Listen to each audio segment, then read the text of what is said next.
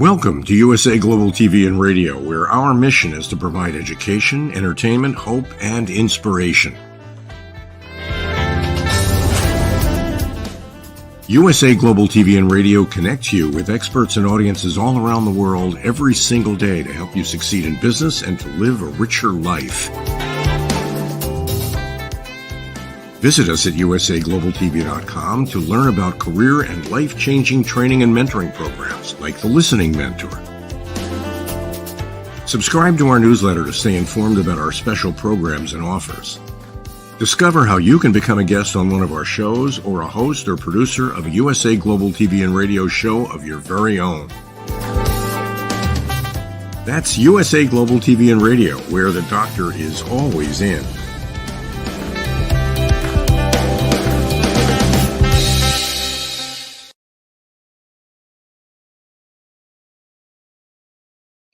Hello, everyone. Welcome to USA Global TV and Radio, where we provide world-class education, entertainment, hope, and inspiration. We are thrilled to be here with you for our reunion show. This is truly a celebration of our VIP members who continue to give back not only here on this platform, but across the world. We want to say a big thank you to all of our loyal followers who are on social media, especially our 2 YouTube channels. And hello and thank you to our new viewers on Roku Worldwide, Amazon Fire, and Zizzle TV. We have the founder of Zizzle TV with us here today. We'll be hearing more all about the platform that he has created. But first, let's welcome my co-host. She is a very dear friend. She's been with me since the very beginning. She's a soul heart awakening coach. She's also an author. We've co-authored books together. She is a vocal coach, and she is someone who really sees life through a different set of eyes, which I love. Let's welcome Dr. Madeline Chan to the program. Thank you. Thank you, Dr. Jacalyn. Hello, everyone. And what an exciting program it's going to be today. Oh, absolutely. You know, I mentioned that you look at things really with a childlike essence. And I've learned so much about you because I'm so structured and disciplined and staying in my lane. And just from being friends with you, I realize you've got to let it go and you've got to play and enjoy life. Get with that star child, that inner child, and let it come out to play in that, human body. Yeah, exactly. I can see actually, because the way that you are, the way that you're wearing your different ornamentation in your hair and your hair all girly, and oh my God, you get so feminine. It's so sweet. Well, thank you. I appreciate it. You know, we've got some incredible people who are here today to share their work and what they're doing and their contributions. And we're going to hear from you a little bit later in the program. So thank you for taking the time to be here with me today. By the way, you're joining us from the United Kingdom, and people are very able to reach out to you. You help people write their own songs and you help people express themselves through their voice. And we can get into that later in the program. But first, we've got Ann Scotland backstage. Ann is truly a dynamo when it comes to everything in the world of television and radio. She herself is an actress and she has her own program. She actually has, I think, 4 programs, the 2 that are current and the 2 that are in the archives here on USA Global TV and Radio. So I'm thrilled that she's joining us today. She's also an author. She's also a coach. She really is a leader when it comes to inspiring women and empowering people to bring out the best of themselves. Let's welcome from California, Ann Scotland, the podcast maestro. Hello. Hi, everybody. Hi, Madeline. Hi, Jacalyn. Thank you so much for that warm welcome, Jacalyn. You are so welcome. You know, I love watching your programs because you're so professional. From what you're wearing, the way you look, the way you speak, all of it just exudes confidence and somebody who has extensive experience. And I just want to thank you for bringing all that you have created into our platform too. And I'm sure there's more to come. Yay. Well, that is all because of you, Jacalyn. You have been absolutely amazing and instrumental in making this happen, constantly motivating me. We get to have great technical chats. It's wonderful. So absolutely thrilled to be here. And yeah, with the 4th program, you're absolutely right. So we have 2 streaming currently, and it's been a lot of fun. That's very Well, nice. Anne, I want to just say publicly, thank you, because you were the one who said to me, why don't you have your own Roku channel, your own Amazon channel, your own Apple? I'm like, yes, what a brilliant idea. So thank you for reaching out and suggesting that. And I went ahead and the path was not simple. I will tell you that much. There's a lot involved with it, but thank you again for your support. So we're going to turn over the stage to you for you to share with our audience the value that you can bring and how you can help people. So enjoy your time in the spotlight.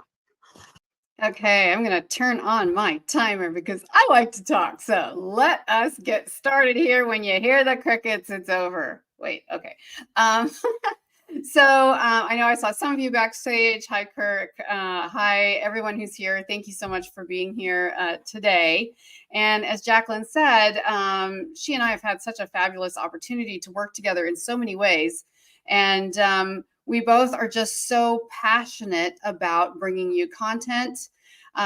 She has really just been the front runner in getting us all streaming in the live shows, in anchoring so many shows. So I'm super proud of all that she's accomplished and however we can help contribute to each other, I'm excited about, and to all of you.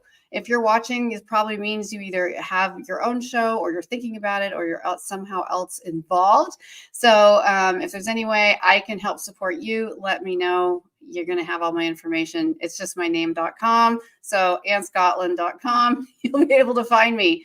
So let's see. So today, I just wanted to share a couple of things. I wanted to give you a little value added first before I jump into what I'm doing currently, my most recent endeavor, and is really becoming the prime hub of my entire business, which is the Podcast Maestro. I'll tell you more about that.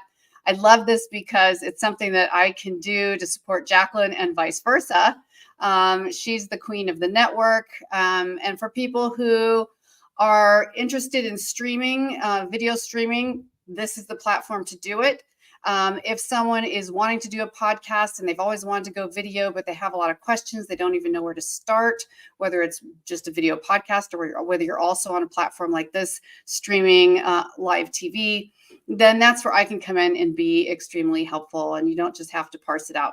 So, but first of all, let's jump into remembering our achievements at all times, because I know sometimes we can wake up in the morning and be like, especially when we're entrepreneurs, sometimes it takes so much extra work, but it's so rewarding in the end. I'm gonna jump over to here's me when I climbed Mount Whitney a couple years ago. Just because there's no snow doesn't mean it was easy. Although I have climbed Mount Rainier in Seattle, and that was actually snow and ice and crevasses, so that was even very exciting. But I'm always like, go for the best, go for the top. If you're gonna do it all the way. So what I wanted to do was just give you a couple of minutes here in case you're considering a streaming TV show or podcasting, or if you're even just in business for yourself. What are some tips and tools you can use to help keep your branding consistent and appealing? And some of these are going to be old hat for many of you, but if you're newer to this process, hopefully this will be something useful. So one of the things that we find tried and true in all brands is color recognition, name recognition, branding recognition. And I know that a lot of people just starting out in streaming, video streaming or podcasting, or even entrepreneurs and authors doing other things as their primary focus, we often tend to forget how important bringing that visual awareness to people is in reminding them who we are and that they're in a great space. I like to say I create an and space. So no matter what platform people are on, whether it's USA Global TV or my website or Facebook, when they see me and they see my thumbnails, my branding, they're like, I'm in and space. And I like to create a bright, light, warm environment. That's kind of who I am. And that's the environment that makes me happy. So that's what I share with you. So the colors that you can see here are, very basic colors. And this is basic branding 101, but it's sticking with it. That's the trick. If your website, and I didn't even share my screen. So you're all probably wondering, what in the world is she talking about? Okay, here we go. Share the screen.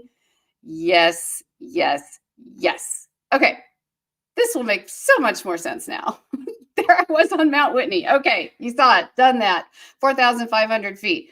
On your website, You want to make sure that your show, your podcast, your book, whatever you're putting out there is all branded accordingly. Color coding is so incredibly important. You can see here, my primary colors are a really vibrant blue, white, and with gold accents. And you can see this everywhere, from the shirt to the font, my hair technically, to my logo for Podcast Maestro, awards. Even I get excited when something like Twitter comes in and makes it helpful because the colors are the same. And I want to remember when I'm creating a show, when I'm creating thumbnails for my show, or when I'm creating a show from scratch for new clients, a new podcast, I want to revisit all of that and make sure that when someone comes to your show, they know they're in your space and they're instantly like, oh, this is, yeah, I'm in whoever's space, right? So that really makes a big difference. And you want to keep it consistent throughout. Well, what about LinkedIn? Well, okay, here I am live on LinkedIn right now. Hello, LinkedIn. I think I'm a little bit behind, but it's because I'm sharing my screen. So normally I have a heading here with very similar colors, which you can't particularly see today, but that is awesome because it's live. Twitter even, it's different. I have this on black background, so you can't, it looks a little better on the white background, but again, the colors are still consistent, even what I wear. Now, I know that's a bit much for some people, and I don't blame you, but for me, it's fun, right? So you see here, blue, blue, gold, blue, gold, gold, blue, blue, Twitter's blue, X is blue. So keeping that consistency is really helpful. And as you know, and there are some fantastic banners on the shows here on USA Global TV. Having that consistency throughout really helps people feel comfortable in your space. If they've just only ever been on my website or my Instagram, and then they pop over into USA Global TV, they're instantly like, again, still in the space. Consistency throughout. Even if you have nuances of different brands and different shows, it's good to have as much consistency as possible. Now that can change a little bit when you're co-hosting and you're sharing brands, and I'm going to talk about that right now. So, for example, here for the moment, I have been just consistently using the same thumbnail for a newer show so that people always know exactly what they see. Once you have more recognition of the show, then it's, I think, fun to switch it up and start doing a variety. And hopefully I didn't lose that one. Okay, well, we'll just talk about Tim Ferriss first. All right, so to show you and demonstrate a very successful podcast / show, his colors, really basic, nothing fancy, no massive ego trip going on here, but you can see, and usually he was wearing a blue shirt, but he's got this sort of blue, yellow, and the black colors, the black or gray. Again, random thumbnail, blue, yellow, black with the white accents. Again, he didn't do this on accident, I promise you. When he saw a wall that was yellow, blue jeans. So you see how there is consistency across all the platforms. His books, the famous one, 4-Hour Work Week, right? And this is one of the more recent editions where I can tell that his publisher said, we need to rebrand the colors, same cover, different colors to match his overall branding and feel. I don't know who that was supposed to be. So, oh, well. And even one of his newer books, Tribe of Mentors, I think this one was the one from 2017, keeping that consistent. Even here, I know this is genuinely probably an accident, but what do you see? Blue, yellow, black. I'm serious.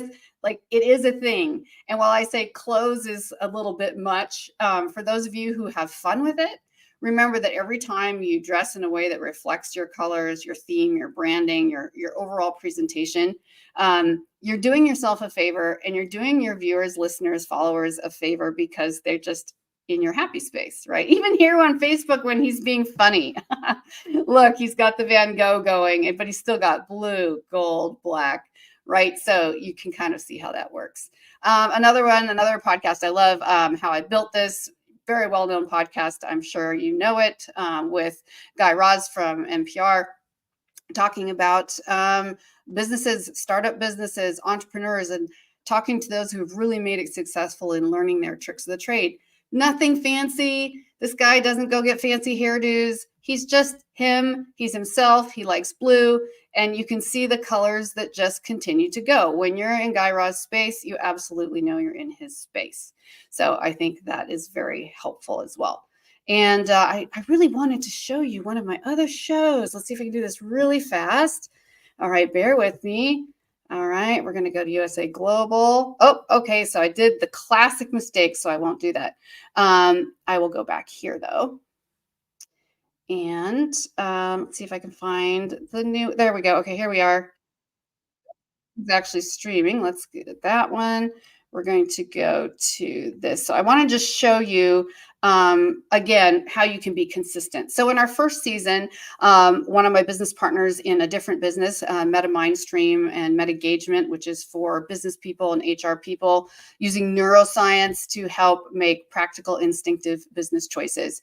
You see that first season, I kept the thumbnails really consistent. Also, these colors go with our website. Everything is very, very consistent. By the second season, we were able to start branching out because people were now used to us. We had some show and brand name recognition, and we were able to start branching out. And that's when you can start really having fun with the thumbnails, as you see many people do. This is also stuff I do for my clients. I believe Jacalyn can do that for you also, which is just keeping it fun and lively, using professional photos. This is what separates you from so many other people. If you just like broadcasting, video streaming in your sweats and a ball cap, that is awesome. Good for you. And that's who you are. That's your MO, and your fans probably love it. If you're really trying to be a professional influencer on a global scale, you do have to take it up a notch. It's not so hard. It just takes a little thought, and you're able to really get that world-class impact, which is entirely my purpose as the podcast maestro, which is bringing you into your own, taking all the elements of what makes you amazing, what makes all your branding, and bringing you into a show. And so I'll just lastly, oh, here's some of the other things, be sure to give yourself recognition for all the things you've been on. USA Global is right here. Oh, it's the old logo. Jacalyn, I got to replace that. Oops. Make sure you list your past shows or multiple current shows when you are on your website and everywhere else. And I don't know if this will share sound. This is a really good question. So what I'm going to do is, I guess we'll find out. Is there anything that won't? Well, we'll just give it a shot and see what happens. I may not play the whole thing. Also, be sure that you have get great testimonials on your site about your show.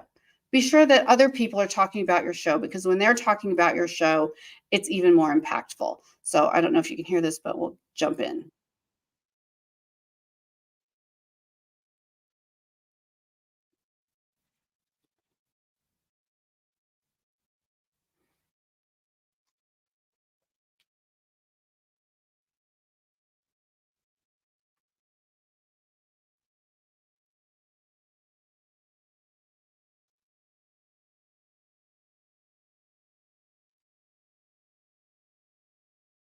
Okay, so just in case you can't hear it, I won't make him finish there.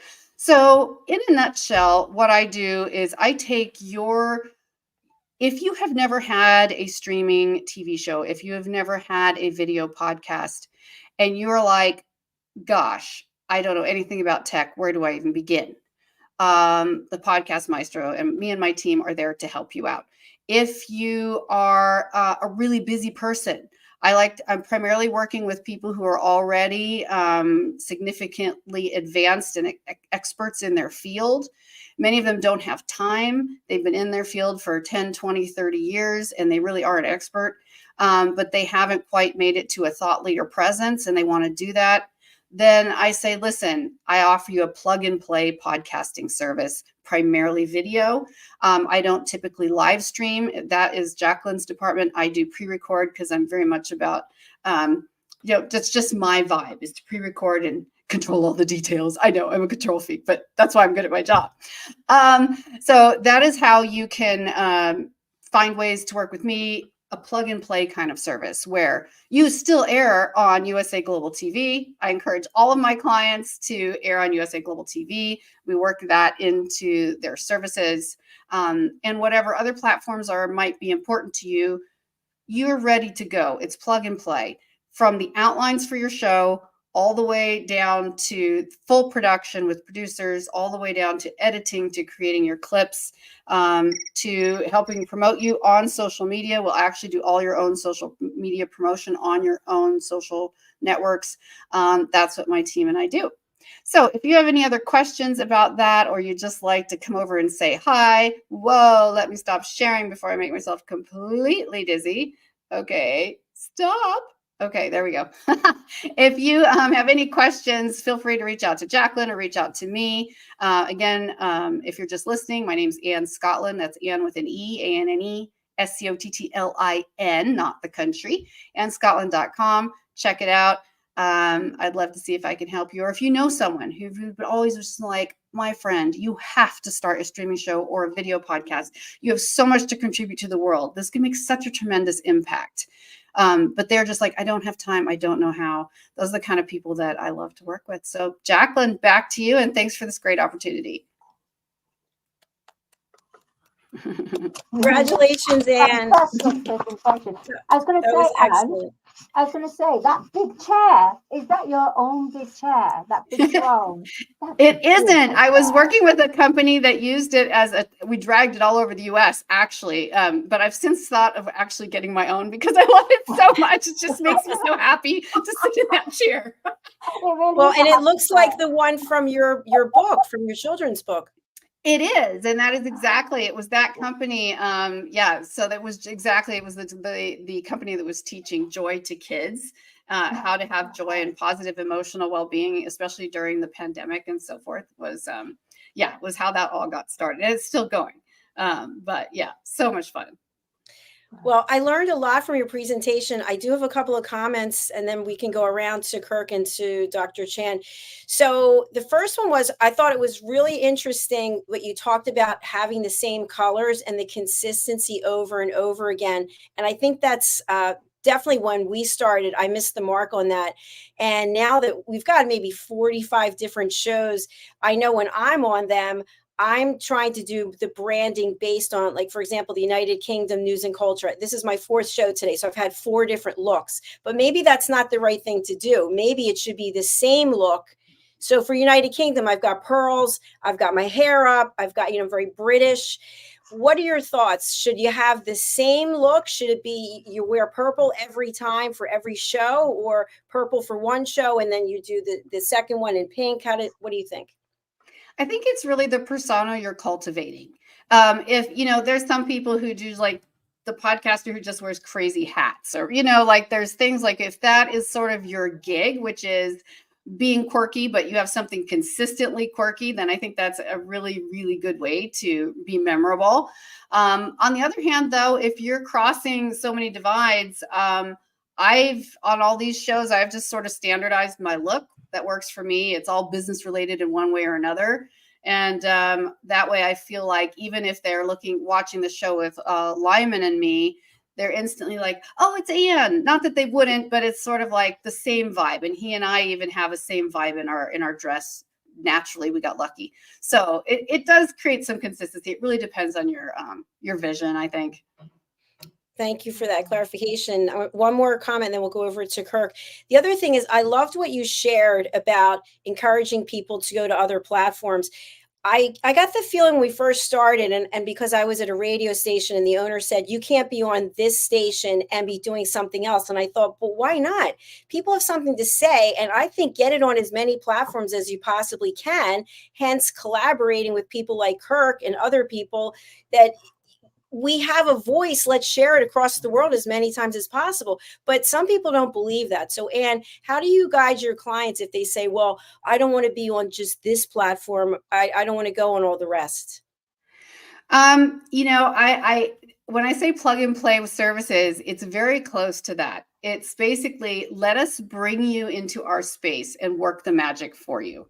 And the more platforms, the better. And if there's an add-on for the different platforms, but like there's going to be a minimum, at least the minimum that StreamYard would provide most cases, so that people are on multiple platforms. When I'm doing my initial consultation with them, I'm going to find out, why wouldn't you be streaming on your social media when you're also streaming on LinkedIn and you're also streaming on USA Global and you're also streaming on YouTube? Like, it's so easy now. It's actually a waste of time and energy. I want my clients to be wildly successful. So I'm like, this is how we work. We're going to make you wildly successful. And this is how it's going to be done. Now, it doesn't mean I can't negotiate and be flexible if they have like a really pet you know, if they have something like, I definitely need to be broadcast on this place, this is my business, absolutely. But the more the better, because it's about branding, and you know, it's the niche that goes big that wins. Well said. Thank you. Thank I you was very going much. to say, Dr. Jacalyn, if I can ask one little question to Anne, because I'm quite interested in the way that you're saying the podcast. It's not live broadcasting like Dr. Jacalyn does, but it's pre-recorded. And because I understand about recording and that, do you actually offer the training? Because there's more to it when you're pre-recording certain words and tones. Yeah. You've got to bring out more. So yes. So I do private consulting, private coaching. Primarily that training also just comes from the show, which is on USA Global. So Launch It, the podcast maestro, from choosing your mics and your backgrounds to, you know, having the right, you know, practicing your voice, practicing, you know, every possible element. You can get a lot of that just through there. I do private sessions. So yeah, but the primary focus is doing it for people so that they can get on with their business. Because I find like a lot of times people get so bogged down in trying to produce that they're not really monetizing their brand. So it's about kind of what you put in, you get out of it. You know what? Let's let you do whatever it is you're best at. And that's why I work with professionals like Jacalyn and others all the time. You know, I'm like, there are things I hate to do. So let someone else please do that. I love the answer. And listen, Anne, before Anne goes, if I may, Dr. Jacalyn asked Anne a question about, you know, your different outfits, if you will, on the different shows that you have. You have to realize that there are multiple brands, right? There are layers of brands. You're representing USA Global TV. That's a brand in and of itself. Dr. Jacalyn Kerbeck, you're your own brand, correct? Mhm. And I think, in my opinion, you're doing a disservice by changing your personal brand with every one of your shows, right? You're being kind of like a chameleon. Well, what's Dr. Jacalyn's brand, correct? For instance, I'm a network anchor, former ESPN anchor, New York Mets anchor, the CW anchor, 2-time Emmy winner. Everywhere I go, I have a personal brand, and that's the jacket with my silk, correct? So if I don't show up with that brand, people will not buy into who the heck I am, right? The 30 years experience that I have, correct? You need to really understand the different levels of brand. And I'm saying this not just for Dr. Jacalyn. Dr. Jacalyn, we're using her as an example, and she asked that question as an example so we could teach the viewers out there for this. And let's understand you have your own personal brand. Sizzle TV is my network, my smart TV network, and it has its own brand, right? It has its own color scheme and branding palette and color palette. I, myself, Kirk Jimenez, am my own brand, and I have to represent on brand everywhere I go. If I'm doing a one-on-one Zoom, guess how I'm going to show up? On brand, my personal brand, correct? So there's a difference, there's nuance there, right, Anne? Oh, that's excellent. And I was like, thank goodness you're a guy, because being a woman, it's much harder, like jumping into everything and having to get ready. I just absolutely hate it. If you can find someone who can just like come spray me with something and I can instantly go on, I would be so excited. Listen, and I understand the pain point, because there was a famous, you know, being a news journalist, there was a famous case in where I think it was a Seattle, Washington female news anchor. If she repeats a dress once every 3 months, she would get criticized, right? So her male counterpart decided to wear the same suit for an entire year. All he did was change the shirt, and nobody said a word for an entire year. Now, how's that for a double standard, right? It's unfair, correct? Yeah. But then, you know, that's part of your branding, and that's part of a female news anchor's brand. Is they have to realize that the viewers out there, the audience, are going to judge them differently. Is it fair? It is. No. It isn't fair. It's not fair. It is. And I think that's partly too part of the evolution of what, I mean, when I was first podcasting, it was, you know, live audio only, which was like, to me, the worst possible thing you could do. But, you know, I think we evolve. You know, some of our shows I was doing 5 years ago, it was fun. It was goofy. It was, you know, we were just trying to have a blast, which was great. Nobody cared what anybody wore. We were having a good time. It was very open, very casual.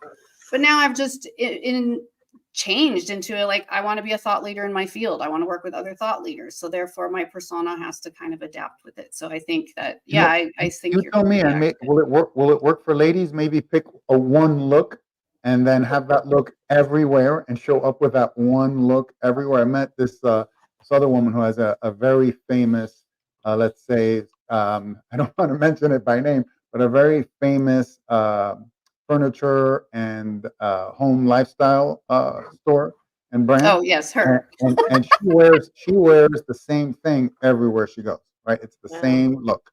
And that way, everywhere she looks, it's the same picture, it's the same hair, it's the same outfit. She has, I don't know, X amount of outfits of the same outfit, but maybe there's a slight change in the shirt or whatever, but it's really the same. It's a uniform, if you will, a uniform. Yeah. That can work in and of itself as well for your own personal brand or your company's brand. It's all about big picture, right? And talking to thought leaders like Ann said about it. And that's the big deal with, I have a marketing and ad agency, a full-blown, full house service marketing branding agency. And that's, people hire us to do that, right? They hire us to say, okay, what's the brand? What do the colors mean? Each different color means different thing, evokes different, emotions from your client. So what is your brand about? What's its mission? What do the colors mean within the brand, right? I branded Sizzle TV as an orange emoji of a fire because it's sizzle, fuego, right? I wanted a universal brand, and it's that emoji, but I wanted it orange because orange is the happiest of colors, right? And I'm a lifestyle entertainment network, so you have to think about these things, all the nuances. Have you done that for your brand?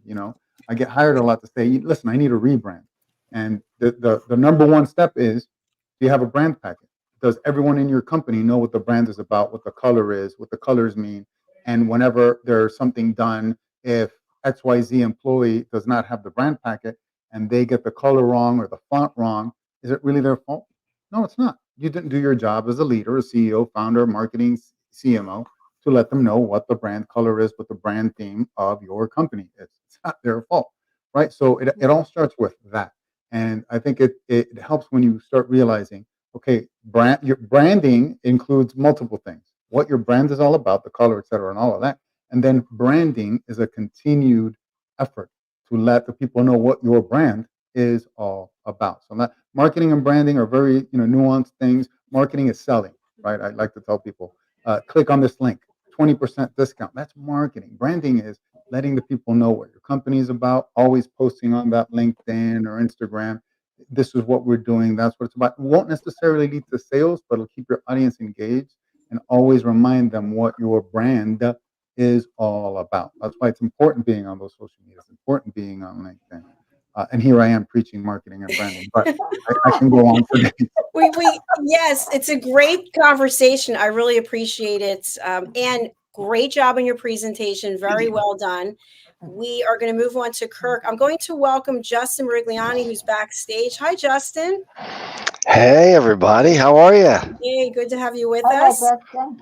We're Good not to going be to here. you yet, as we're going to move on. So the way this works is Kirk is going to be up for his 15 minutes, and Ann and Justin, you're welcome to stay and then come back and have some interaction if you'd like. And I know, Justin, you haven't presented yet, so you'll still be here. So without further ado, Kirk, I think we have a pretty good idea of who you are and what you do, but I just want to give a little bit of background. You and I met a couple of years ago, at least.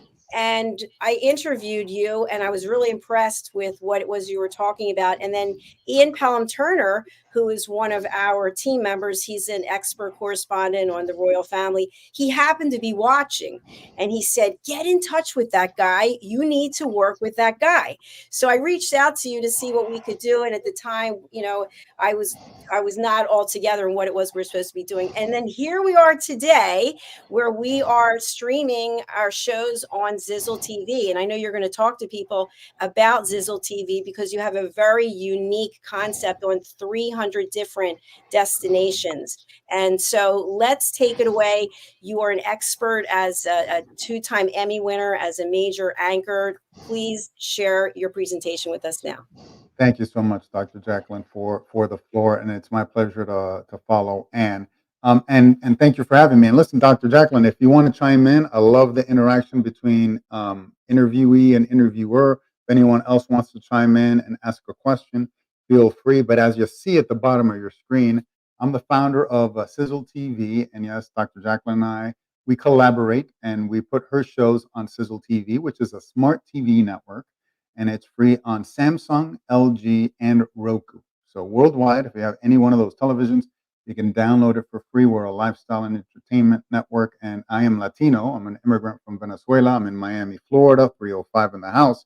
And, I've always been a Latino representative since I was the first Latino to anchor in English in ESPN history 21 years ago. Yeah, it's been a long time. So I represent Latinos, I represent minorities, women, you name it, and I love to tell their stories on a network level. Correct? I'm a former network anchor, journalist, and that's what I tell my marketing and branding clients as well. Is you got network level storytelling on Sizzle TV with an interview with me, and then we also have fun stuff like Disney. We feature Disney previews, Universal Studio Orlando. We have Grant Cardone on the network as well. So it's just fun episodes, lifestyle entertainment episodes, representing and reflecting what we are in a diverse, multicultural space, and the universe that is these United States of America, the greatest country in the world. And then it's realizing that in today's day and age, everything has to be a la carte. Correct, and everyone has a niche audience. So yes, it is on Sizzle TV, but then every episode gets distributed also on binge networks, on other platforms, and or second tier platforms as well, but very popular with our own uh, audiences. The Griot for African American audiences, my content gets pushed out to there, gets pushed out to Viva Live TV, gets pushed out to Local Now. Viva Live TV Hispanics, obviously. Local Now is a more journalist app, smart TV app. And then Hero Go TV, which is more geek app. So all my geeky style content, because I'm a big geek myself, anything Universal, anything Disney gets pushed out to there as well. And look at that. There's Sizzle TV, and it's Sizzle with an X, Xizzle TV. And then we're talking about the marketing and branding, right? The oranges, the yellows. It's all to evoke happiness. And then we're also a full-time marketing and brand agency as well. We do national media ad buys. We partner up with large firms to do that as well. We do innovative, and there's Elena Cardone. She was on the network as well, talking about her book. She was a pleasure to interview. And then we also talk national ad buys. We do something better than SEO. So if your business is doing SEO, you can continue spending all that money on there, but we do something that's even better than that. It's called organic traffic amplification. So you name it in the digital ad space, marketing, branding ad space, we're a full house agency, but you get value and trust. You get a 2-time Emmy winner. Some clients want to say, hey, listen, I want you to do the writing, you to do the voiceover, you to do the editing, you to do the interview. I want no one else touching my brand and my mission. And I get that from a lot of large corporations as well. Is they only want these 2-time Emmy winning hands touching the file and the mission. So that's the focus. That's what it's about. But really, what we're all about, what I'm here to talk about, is collaboration.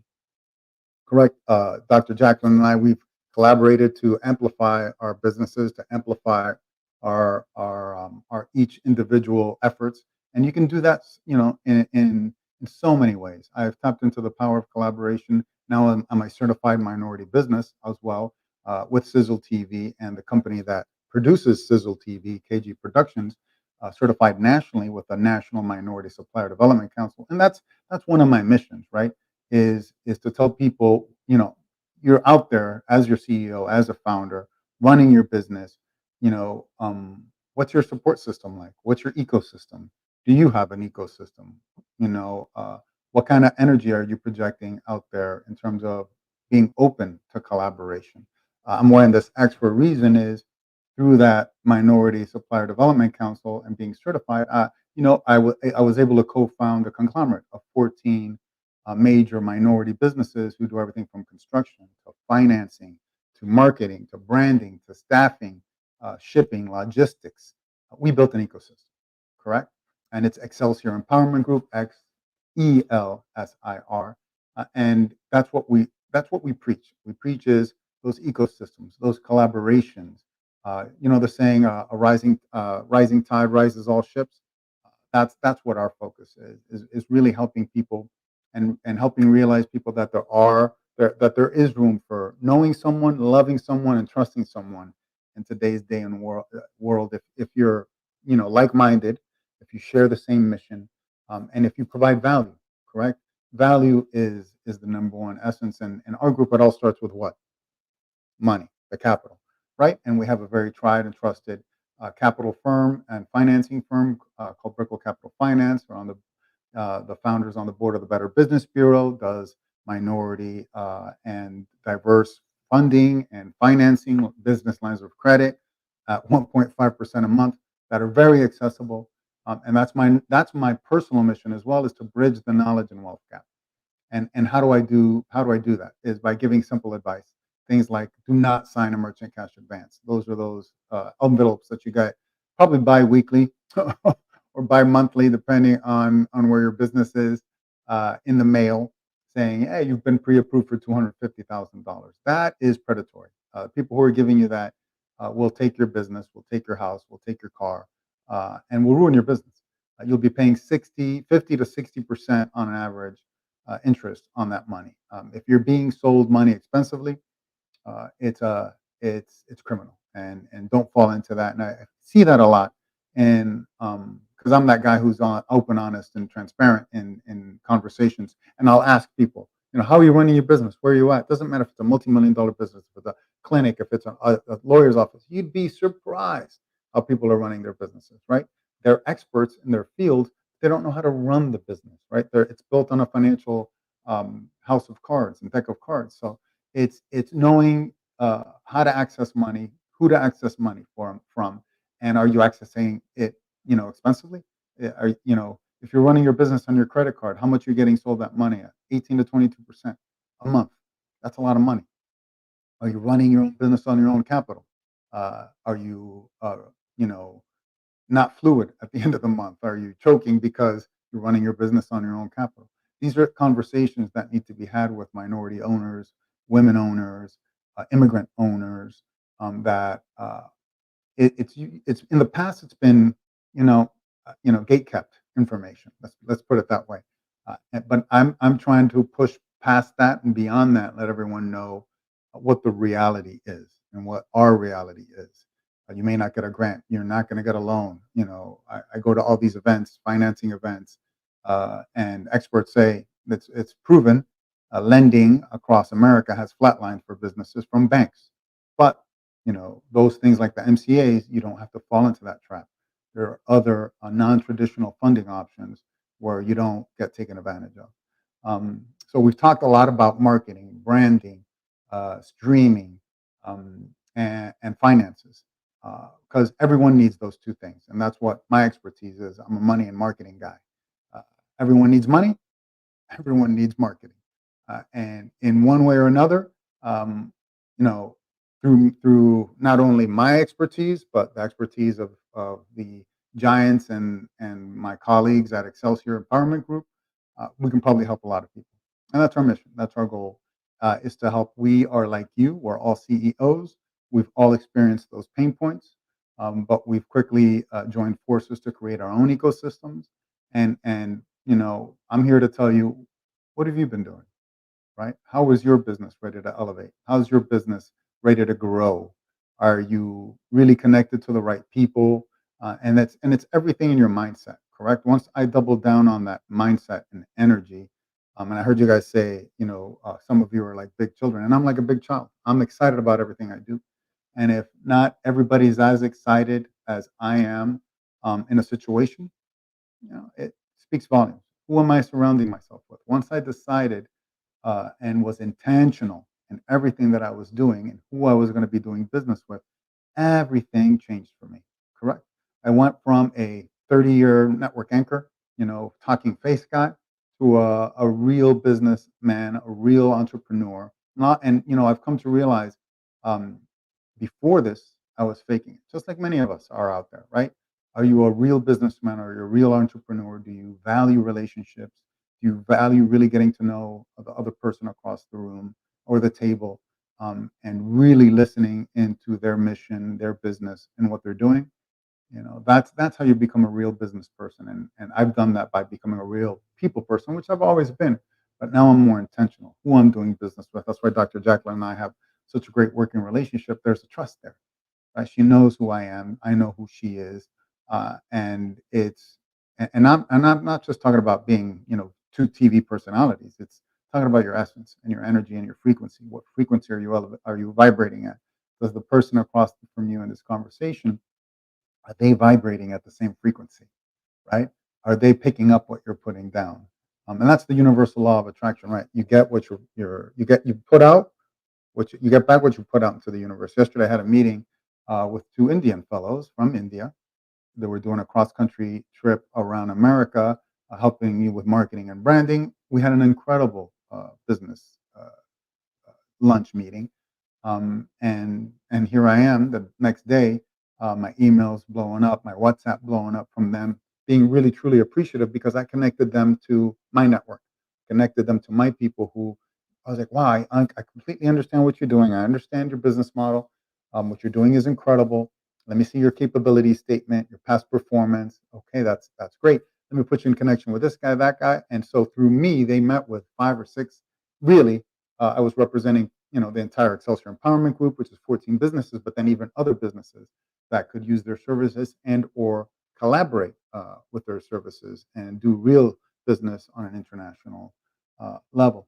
And I'm not doing it to brag. I'm not saying all this stuff to brag. I'm just letting you know there's another level, right? There's a new energy out there that I'm feeling of collaboration, of respect, of trust. And in the corporate procurement and diversity space, we're really leading the way. Excelsior is being called visionary, exciting, new a way of doing corporate procurement, of changing the DEI landscape, and realizing that when you go after corporate business, it's a lot of work. It's you have to have the capacity, you have to have the past performance to be able to do that business vertically, correct? And reach up and do that business with corporations. But in the meantime, what are you doing? Are you doing businesses with other medium to large to small businesses? Anything under, I think, 150 million is considered a small business. So there's a lot of business to be had with medium to small businesses. Are you collaborating with other medium to small business owners, fellow CEOs, fellow founders that get you those easy wins and get you those easy yeses, get you those easy checks and say yes? Are you providing them value? And are you transactional?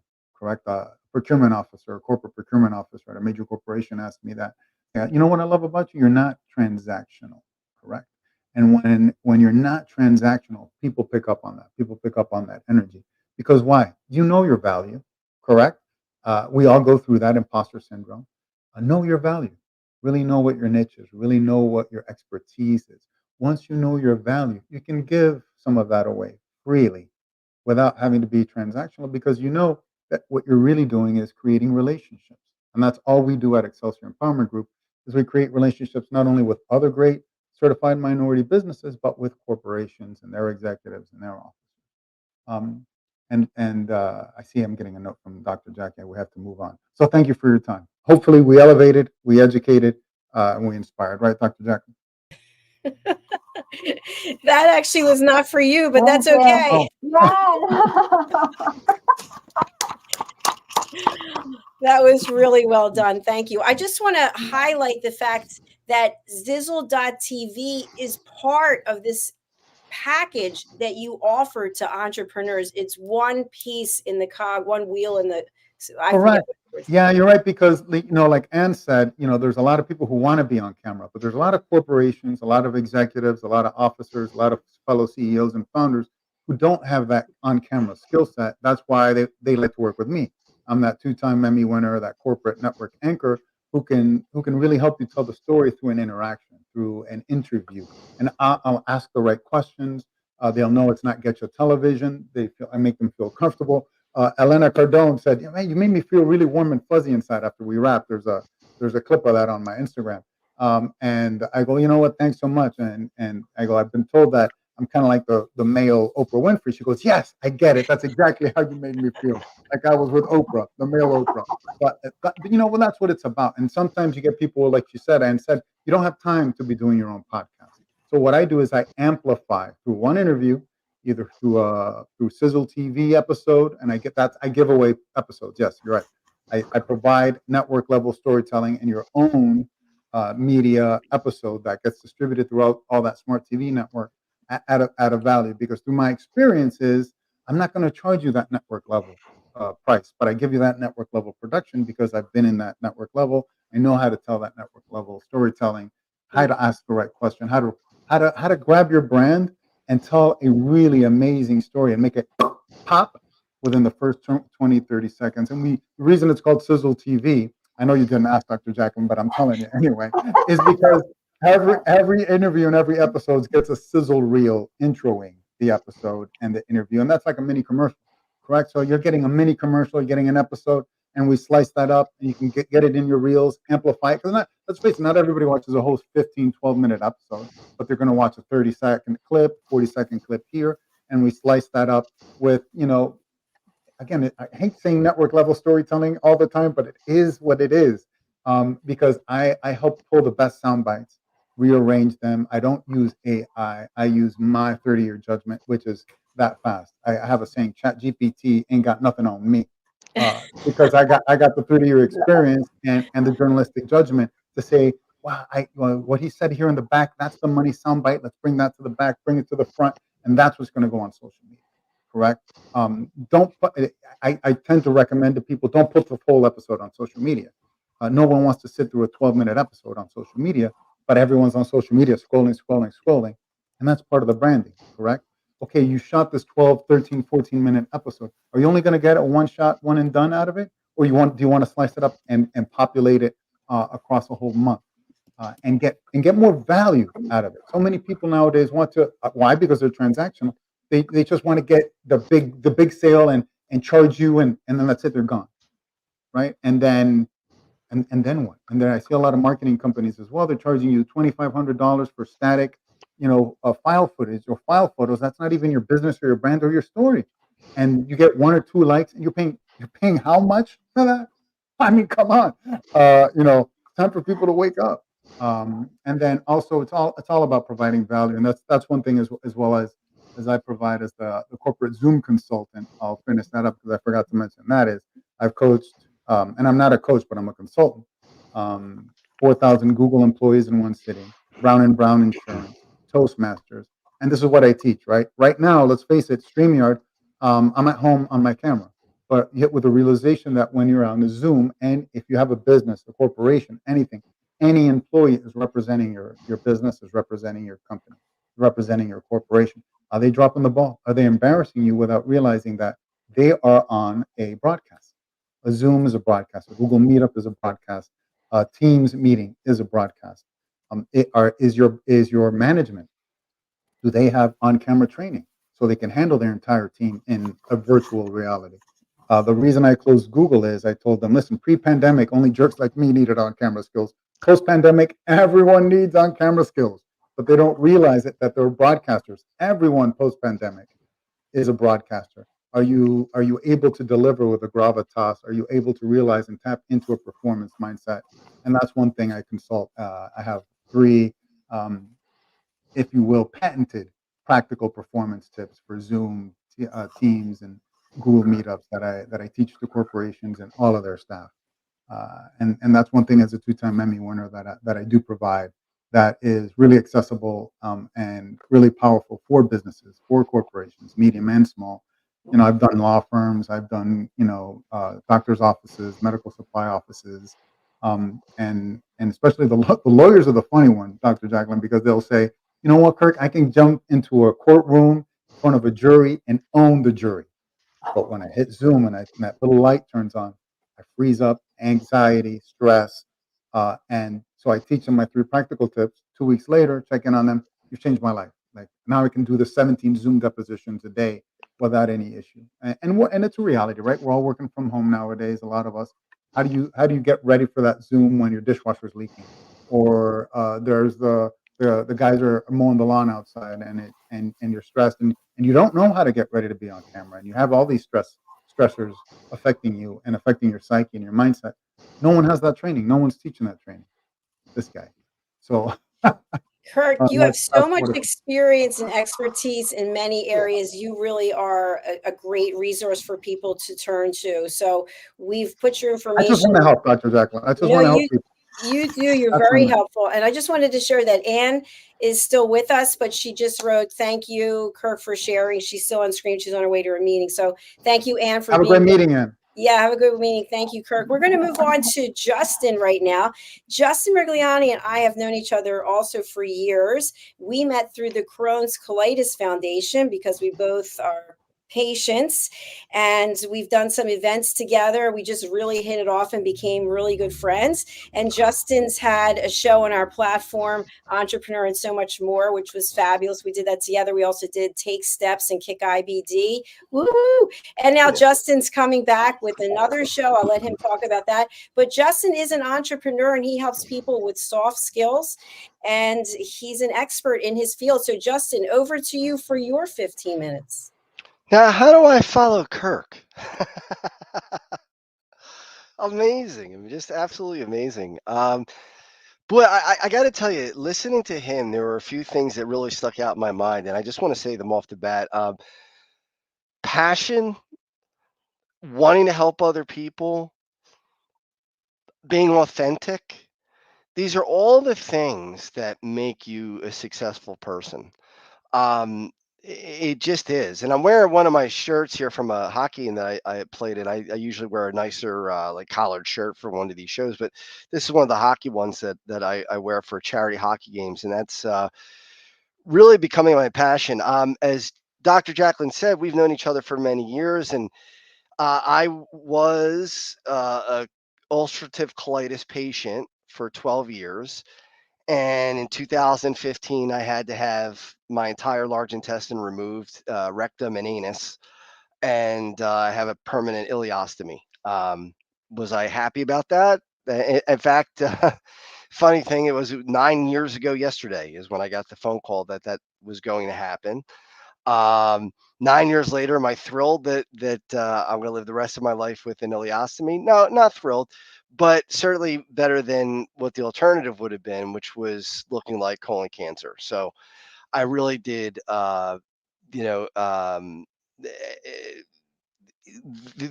there's, it's not a curse, it's a blessing. It really has changed my life in a lot of ways. I'm more free now to do whatever I want to do. I could go to the beach, I could ski, I could swim, I could lift weights like crazy. I'll show you a couple of pictures just to show you the transformation that I've gone through over the time. That you know, I'm gonna put my glasses on here because I see some of the chat coming in and I can't see it that well. There we go. All right, much better. So the really we were doing Entrepreneur and So Much More for a few years, and I was trying to grow my corporate training business. And I did. I grew it pretty well. It went from, I was making close to $50,000 a year for many, many years. The business has been running for 22 years now. I've been training for 25. Pardon me, I have a little cold, so I'm just trying to keep my my throat moist here. But most of that time, I wasn't making a whole lot of money. I was making about $50,000 a year, which wasn't great. I mean, obviously, that's not really enough for especially somebody who's been in the business that long. And then I just kept working on it and building it and building it and building it. And finally, it became a six-figure business. And that was great. And it felt good, but it was not fulfilling. And I found that I'm not fulfilled by money. I thought maybe that growing a business, making it so successful, and not that it's tremendously successful, but successful enough that you know, I was making six figures and still am. And I train people on Microsoft applications, especially Excel. That's been one of the biggest ones: Word, Excel, PowerPoint, Access, Visio, Project, OneNote. I also do soft skills training. I do time management, project management. I do um, giving and receiving positive and constructive feedback, things like that. And I just try to make people better at their jobs, just better at what they do. I do consultation, as you can see here on the screen. I do lunch and learns. So I do a lot of training, but that that's what feeds my family. That's what helps put my kids through school. That's what helps put food on the table. That's what helps pay for the mortgage. And that's obviously important. I mean, I don't think any one of us are delusional enough to believe that money is not important, because it is. We have to have it. We have to live in a world where money matters. But it's not my driving force. It's not my passion. It's not what makes me go. And really, what it is now is my charity that I started in 2014, Checkmates Charitable Association. Um, we did celebrity NHL hockey games starting in 2015. I started the charity in 2014, but our first game was in January of 15. And we uh, did well. I mean, we did all right. We raised some money, about $10,000 per event, and we did it until 2019. 2020, the pandemic came and ruined that game. That game was out, so we didn't do that. And I kind of fell off the wagon there. I'll be honest with you. I just kind of focused in on my own business, and again, in some ways that was important, because that helped me grow into a six-figure business. And there was success there, but again, there was a lack of fulfillment. And now I'm a spiritual person. I'm not the type of person. I'm not a super religious person, in that I'm not. I'm Catholic. I go to church as much as I can. I can't say that I'm practicing Catholic every Sunday, but I'm spiritual every day. I pray every day. Twice a day, in the morning and at night. And I really feel that God has put some things in my life recently that has made me restart this, to get this going again. And one of them is a very close friend of mine from college had a colleague, or has a colleague that she works with, who has a 1-year-old baby who was born with inflammatory bowel disease. And I can't tell you how much that hurt me, to hear that a baby, because I know how hard it was when I was 27, turning 28, how hard it was to live with that. And I can't even imagine what it's like for an infant who just turned 1 year old a week ago. And that was one thing. And then I've been talking a lot to uh, Ed Bernstein, who's become a really good friend of mine. And Ed Bernstein's daughter, Dana, she passed away from Crohn's disease, complications from Crohn's disease, which is rare. Most people don't pass away from Crohn's or colitis, but it can happen. She had a small bowel transplant that didn't work, it was rejected. And then she had complications with infections, and then unfortunately died. And that's another part of the story that's really driven me ever since I saw her movie. She's got a movie called Semicolon: The Adventures of Ostomy Girl. If anybody wants to buy that movie, I don't get a penny for it. I'm not here to make any money whatsoever. But it's a wonderful movie, and uh, I just really felt a connection to that wonderful young girl. 28 years old. She did lose her life, but I try to carry on her mission. People say, "Well, how could you feel that way about somebody you don't know? You never met her. It doesn't matter. It doesn't matter. I think that hearts can touch each other no matter how, whether it's through distance, whether it's through shared experiences, whatever it is. So I actually call her little sister, even though we never met. And I ask her, I say, little sister, what can I do to further your mission? How can I help further your mission and make it part of mine? So we're having it just lit the fire between this little boy, another friend of mine that has a child within, I think he was 3 years old, had Crohn's disease, still struggling mightily with it. I talked to his mother yesterday, And she was telling me that, he's been going back and forth between, being okay and then not being okay and struggling. I know what that's like. I know what it's like. And then just 2 weeks ago, my wife was in the hospital, and we thought that she had some sort of problem with perforated bowel. It turned out it was not, but for a short time, we thought she might need emergency surgery.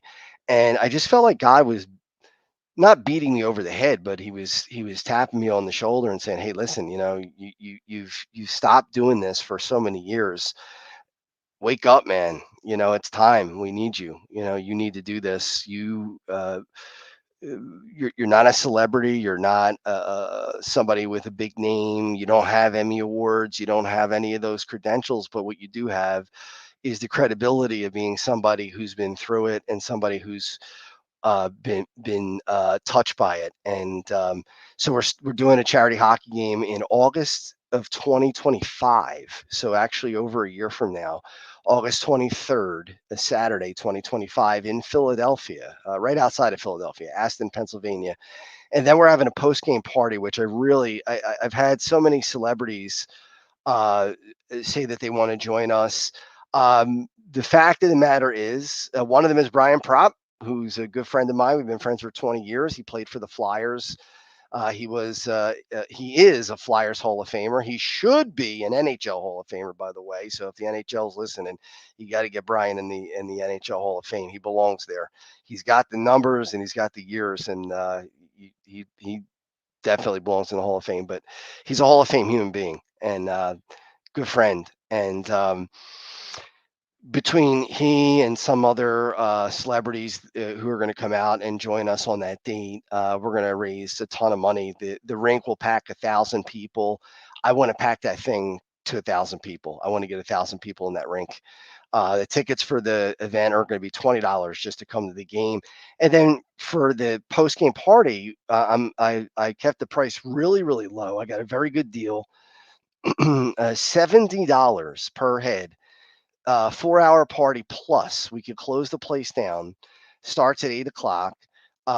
We could go from 8 to 12 plus. She said, if you go over, you go over. 2-hour open bar, full, which is incredible. Two buffets going at the same time. We have some comedians coming in. Joe Conklin is one of them, who's a Philadelphia legend here as a comedian. And so we're going to play the hockey game with the NHL stars, and we're going to have some regular guys like me who have no business being on the ice with these guys, getting a chance to play with our heroes from years past. And we're going to get a chance to skate with them and to eat dinner with them. And the fans are going to have a chance to have a beer with these guys and eat a meal with them and watch the comedy. And right now, what I'm working on, and to be honest with you, I'm just being totally honest with you, I'm working on what I can do as far as packages go for corporate sponsorship. We really, really, really need corporate sponsorship to really make a lot of money. The money's going to go to Children's Hospital of Philadelphia, and also former NFL Man of the Year, 1983, Ralph Benershka. He was a kicker for the San Diego Chargers, and he kicked 7 years with an ostomy. He had an ileostomy, and he was able to kick in the NFL with an ileostomy. And his story was the only reason why I thought there was any hope whatsoever for me after surgery. I thought once I had an ileostomy, my life was done. I thought it was over. I really did. I thought there's just nothing left. And that's so far from the truth. It's not even close. It's not even close. I mean, I ski, I weightlift, I play hockey. I do everything that anybody else would do. You wouldn't even know I have a bag unless I told you. So it's an important thing for me. The main thing that I want to get across about Checkmates is that we don't take a salary. There's nobody who takes a salary, including me. I don't take a penny, not a penny from it. So I don't care if we raise $100,000 or $200,000. It doesn't matter to me. Nobody's going to take a penny. It's going to go to the two places that I talked about, CHOP, Philadelphia Children's Hospital, which is one of the best. And that's because of the little boy who I learned about who has inflammatory bowel disease, and Rolf's mission, which is embracing ostomy life. Rolf is doing a wonderful job of helping people who are new ostomy patients who have no idea what they're walking into. I know I didn't, and there were really no examples other than Rolf to tell me what it would be like. And there you can see there's our website, and this is what the events look like. We had these hockey games with these NHL players, and there was my doctor who found the high grade dysplasia that was going to become the cancer. My children with me there, and we need corporate sponsors. And one of the things I'm giving away is free training. I charge $2,000 a day for training, and I'm willing to give away to any corporate sponsors part, not the whole thing, but part of the corporate sponsorship, 2 free days of training. So that's $4,000 of training. We'll put your logo on our jerseys. I'm going to start a show with Dr. Jacalyn. I haven't come up with a name yet, but Rolf Vinersh is going to join me probably once a month. I'm going to do it once a week, and we'll mention our sponsors on every show weekly. I'll have you on my website. I will promote you in any way possible, including the training for free. So that's a $4,000. If I do 2 classes for it, it's a $4,000 offering, and that's coming out of money that I could use. To be honest with you, I have 2 kids I have to put through school again, and it's not easy to give away time for that, but it's worth it to me. It's not about the money. It's about growth. And this is me and my journey with what I went through, going from being in a hospital bed and thinking life's over. And just to show you, Dr. Jacalyn, if I could share my screen, is that okay? Can I share my screen with you? Sure, go ahead. I want to show you what I looked like last year, because I went through a horrible depression last year. And let me share this with you, because I think it's important to know that you can come back from anything. This is me in July of 2023. I was 252 pounds of pure fat. You can see that. I mean, let's be honest. I was in terrible shape. You can see the size that I was there. I was depressed. I was suicidal. I didn't think my life had any meaning whatsoever. I just felt just a horrible, pardon me, misclick there. I felt just a horrible pain. And then this is me this past July. I'm sorry, not July. This is me in April. The other picture was July, and I'm actually a lot bigger and more muscular than that now. So that had me down up to 200 pounds. So I was about 55 pounds almost lighter, and kept the muscle mass due to the fact that, I just had the passion to do it. So I'm not showing this to brag. I'm not showing this to show off. The reason why I'm bringing this up is because that's the kind of passion that I have. That's me. Whatever I do it with passion. I do it because it's in my heart. It's what I want to do. And to be perfectly honest and vulnerable with you, I can't do it alone. I need people. I need people to come out and help me. I need people to buy tickets to the events. I need people to offer corporate sponsorship, and I'll try to make it worth your while any way I can. Like I said, we're going to be doing a show, and Rolf will join us once a month to try to promote businesses. I'm looking at ostomy companies. I'm looking at companies that work with people with IBD, pharmaceutical companies that might be interested in promoting their medications, CBD companies that might be interested in helping with that. So I'm really excited about it, and it's got me feeling alive. It's got me feeling, I wake up every day excited. I can't say I felt that way last year. I felt like I suffer with depression and anxiety and take medication for it. And last year it did get the better of me, but this year, because of this, this game, and because of the stories that I've heard, and there's just a fire that's burning inside that it feels wonderful, and I just hope that people out there understand that and will be willing to be a part of it.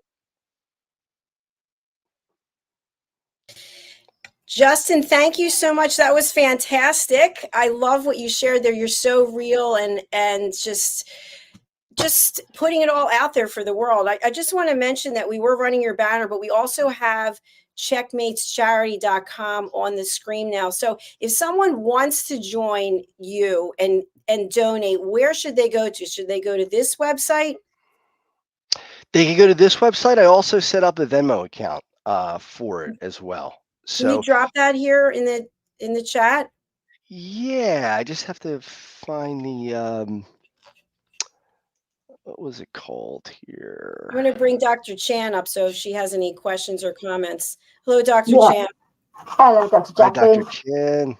Hi, Justin. Justin, I was absolutely in awe of your story. What I love about is the way that you're saying you're not a celebrity, but you are a public figure, actually. But the fact that you've turned your illness and the way of determination, you've turned it into your superpower. And you're just there with your passion, with your purpose, your divine mission. And it's almost like you say, come on, join me. Come and join me. Let's make a difference.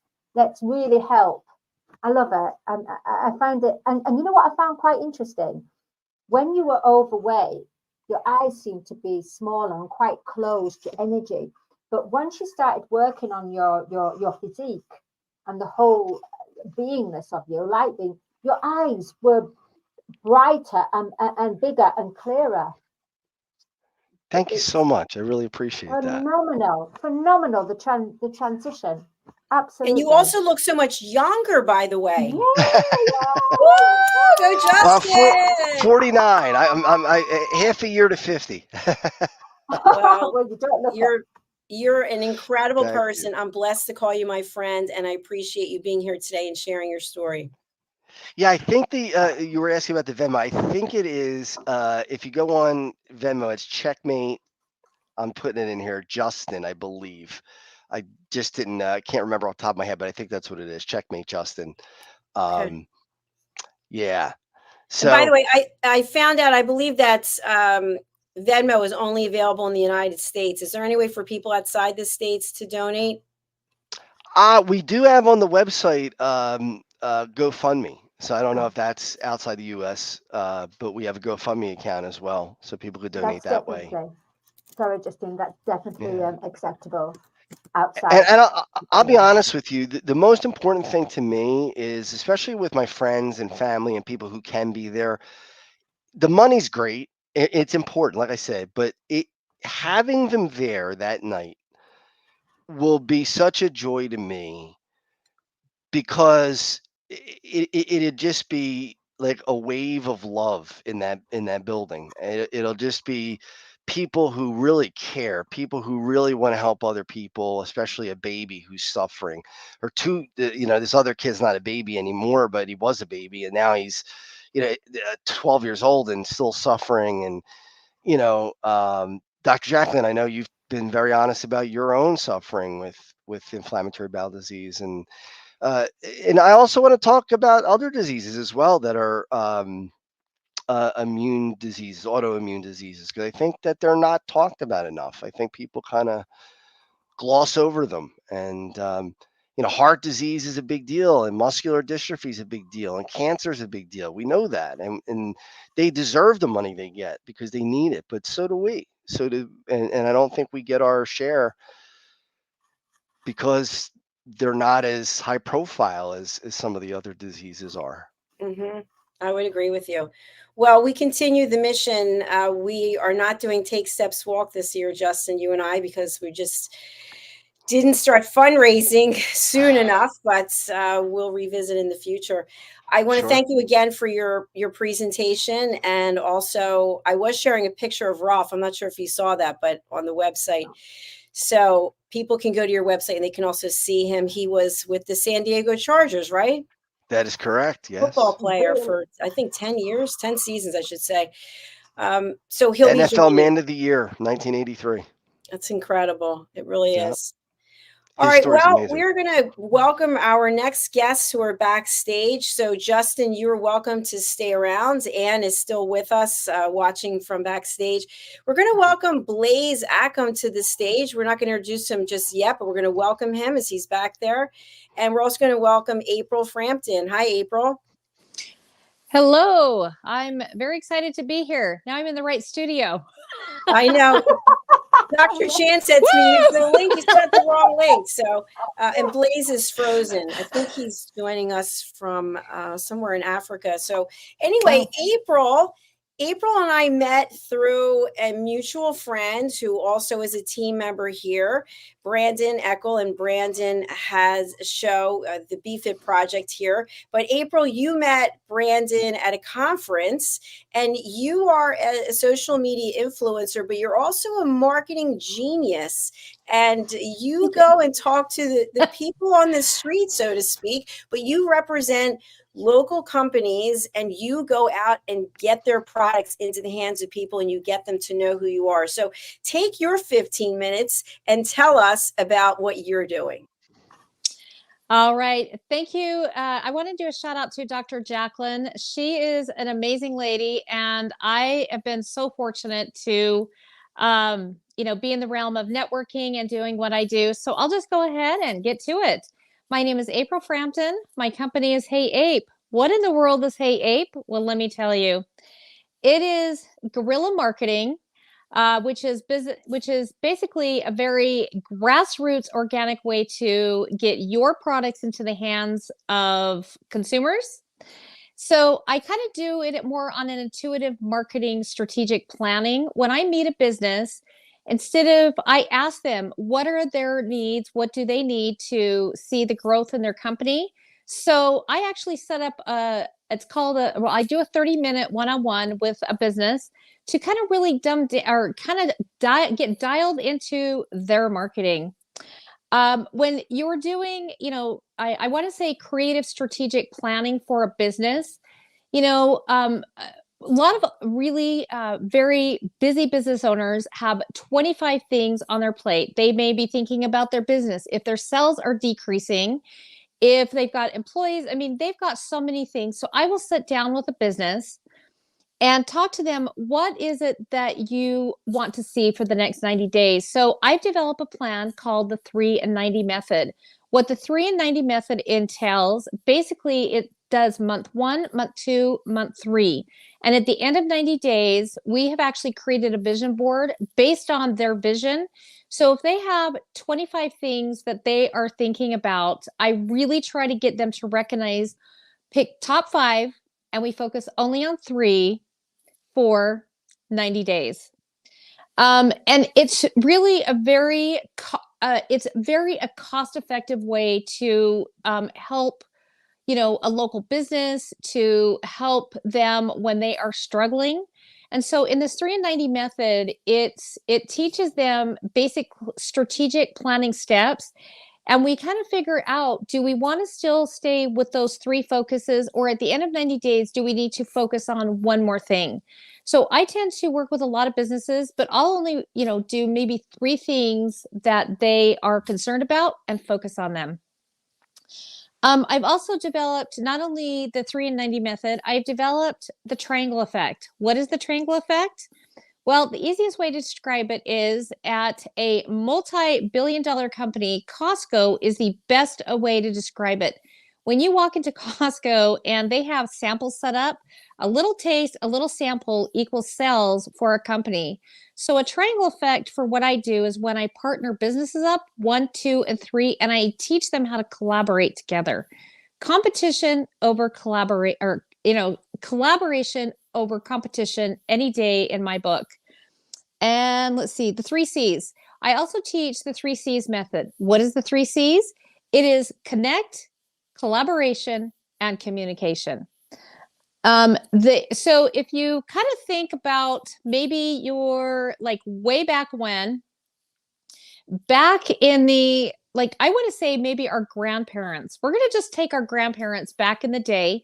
They were literally the kings and queens of the concept of entrepreneurs and entrepreneurship, but they were the king and queens of word of mouth advertising. To this day, it is the most cost-effective way for a company to get their hands and products into the hands of consumers. One thing that I've specialized in is I've worked with a lot of franchises. Some of the franchises that I am currently working with is Nothing Bundt Cakes. I have worked with Famous Dave's. I have worked with the company Melty. And when it comes down to it, the platform that I've set up is strategic and it's very, very effective. It's a very organic, boots on the ground marketing. But when you are a brand new company, even I also am a content creator. So I create content on social media based on the companies that I'm either working with, need a shout out, spotlight, whatever it is. You've got to get your name out to the public. So in that first 90 days, you want to hit the ground running, but you still have to have a plan of action, because if nobody knows who you are, like all the marketing dollars are not going to be the most cost-effective way to get your name out there. So in the first 90 days, I really recommend companies, let's just get your brand out to people. Brand awareness is the key to a successful launch and a successful business, because once you've had like a grand opening, for the first year, you are still a new company. Even for the first 3 years, you are still considered a new company, because, you know, if you have a really good review on social media, on Google review, someone's going to come in and try you out. If you get a bad review, it can tarnish your name. And so it's really crucial to make sure that both with online and in-person marketing, I kind of hone into both, but at the end of the day, I really hone in on the guerrilla marketing side, which is that business, one-on-one, talking to people, and really making those connections with things that can increase sales, increase awareness. Now, here's a term that you may or may not know. The term I've used, thrown around, ROIs. Return on investment. Now, for a brick and mortar business, your return on your business is not going to necessarily be financial. Yes, you're putting financials into a business, but it is your customer base, your customers coming into a business, or even online, how many customers are visiting your site through a website, your social medias, your Instagram, Facebook, whatever, Pinterest, TikTok, LinkedIn. I mean, those are all avenues that you have to be like really kind of paying attention to. And that's really kind of something that I feel like over the last 4 years of creating opportunity, that it has given me to not only meet one, but thousands and thousands of companies. I mean, when you're going to an event, whether I'm doing an event, live streaming, it's all the same, because when I'm live streaming, I might do a shout out at the beginning of my live stream. Hey, so on Wednesdays, I actually do a thing called Fun Facts and Trivia, which is centered around acknowledging local businesses or businesses that need a spotlight or a shout out. I'm like, at the beginning, I'm like, hey guys, welcome to another edition of Fun Facts and Trivia. Let's go ahead and give a shout out to Nothing Bundt Cakes or Dr. Jacalyn or your business. It's just another way to get that brand and awareness out to a lot of people in a very kind of niche marketing, I would say. So do I have a niche? Yes. Do I collaborate with a lot of businesses? Absolutely. And with those collaborations, I do everything from events to charity organizations to, you know, collaborating other businesses. I mean, it's not unusual to, and I'm going to just, for all intents and purposes, let's say that you have a food company and a dessert company. They're not competing with each other. They actually just add value to each other. So if you have a new company and you want to get your name out, collaborate with the company. So these are some of the strategic marketing plans and ideas that I've come up with. They're not new. I mean, they're definitely not new, because it is old school marketing. So if you describe me in a nutshell, what I do, it is old school marketing meets social media, because I'm giving the companies the best of both worlds, between word of mouth, online and social media. And here's something interesting. There is a lot of businesses, say franchises, that really can't have their own social media. So it makes it really effective to, if I'm doing a new business, say on a Tuesday shout out, and I might post about them again on Thursday or maybe Saturday. So as a brand awareness content creator, I am only taking the information about the business and creating awareness. So that's kind of how I'm like the ultimate affiliate marketing person because I've been doing this since day one, creating, opportunities for companies to be heard and to be seen through my social media platforms. So, excuse me, I don't want to keep saying, so this has been a really very, I want to say 4 years in the making of really figuring out what works, what hasn't been working, redoing my booklet. So I actually I have a branding packet. So when I sit down with a one-on-one, I just leave some information about who I am and what I do. And I really kind of try to, at the meeting, hone in and figure out what it is, because sometimes when you meet with a company, sometimes they don't necessarily know what they want. They don't know what they need.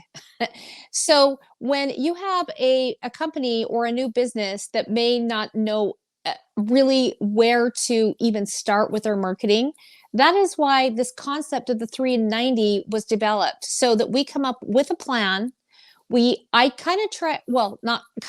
do hold the company accountable, and I hold them to what they are doing. So if they say, April, I want to get into more events, I strategically plan for them to do events, but I need them to be really clear on what it is that they want to accomplish with being at an event. Or if it costs, is this going to be feasible for you to pay this fee? So that's kind of what I would say I do, is I ask simple questions. Keep it simple, silly, or keep it simple, stupid, whatever you want to say. You got to keep your marketing simple, because what I see so many times is that people don't think of the small things, and it is the small things that I will focus on that become the key elements to a successful business.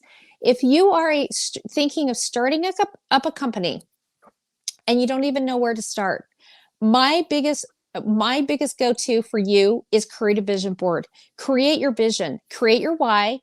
And then if you are going to be either a service-based business, or if you are going to be a brick and mortar or online, create their why, meaning the customer have their why. Like if you offer a service, your service has to be at the best. So when people are researching you, make sure that you have your ducks in a row, meaning that when they go to search you, and let's say that you own a window company, somebody wants to go ahead and replace their windows for the spring. Well, they're going to start researching companies. Make sure that when they do their research, that you are the first company that pulls up on Google, or when they're researching companies. So that's what I mean by just really honing in. And what I find is that busy business owners really get overwhelmed.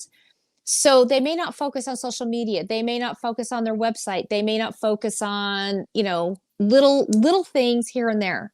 So that's really what I do, is I ask a lot of questions, and I try to keep it to the point of making it very, very simplified, with, creating an ad or creating something.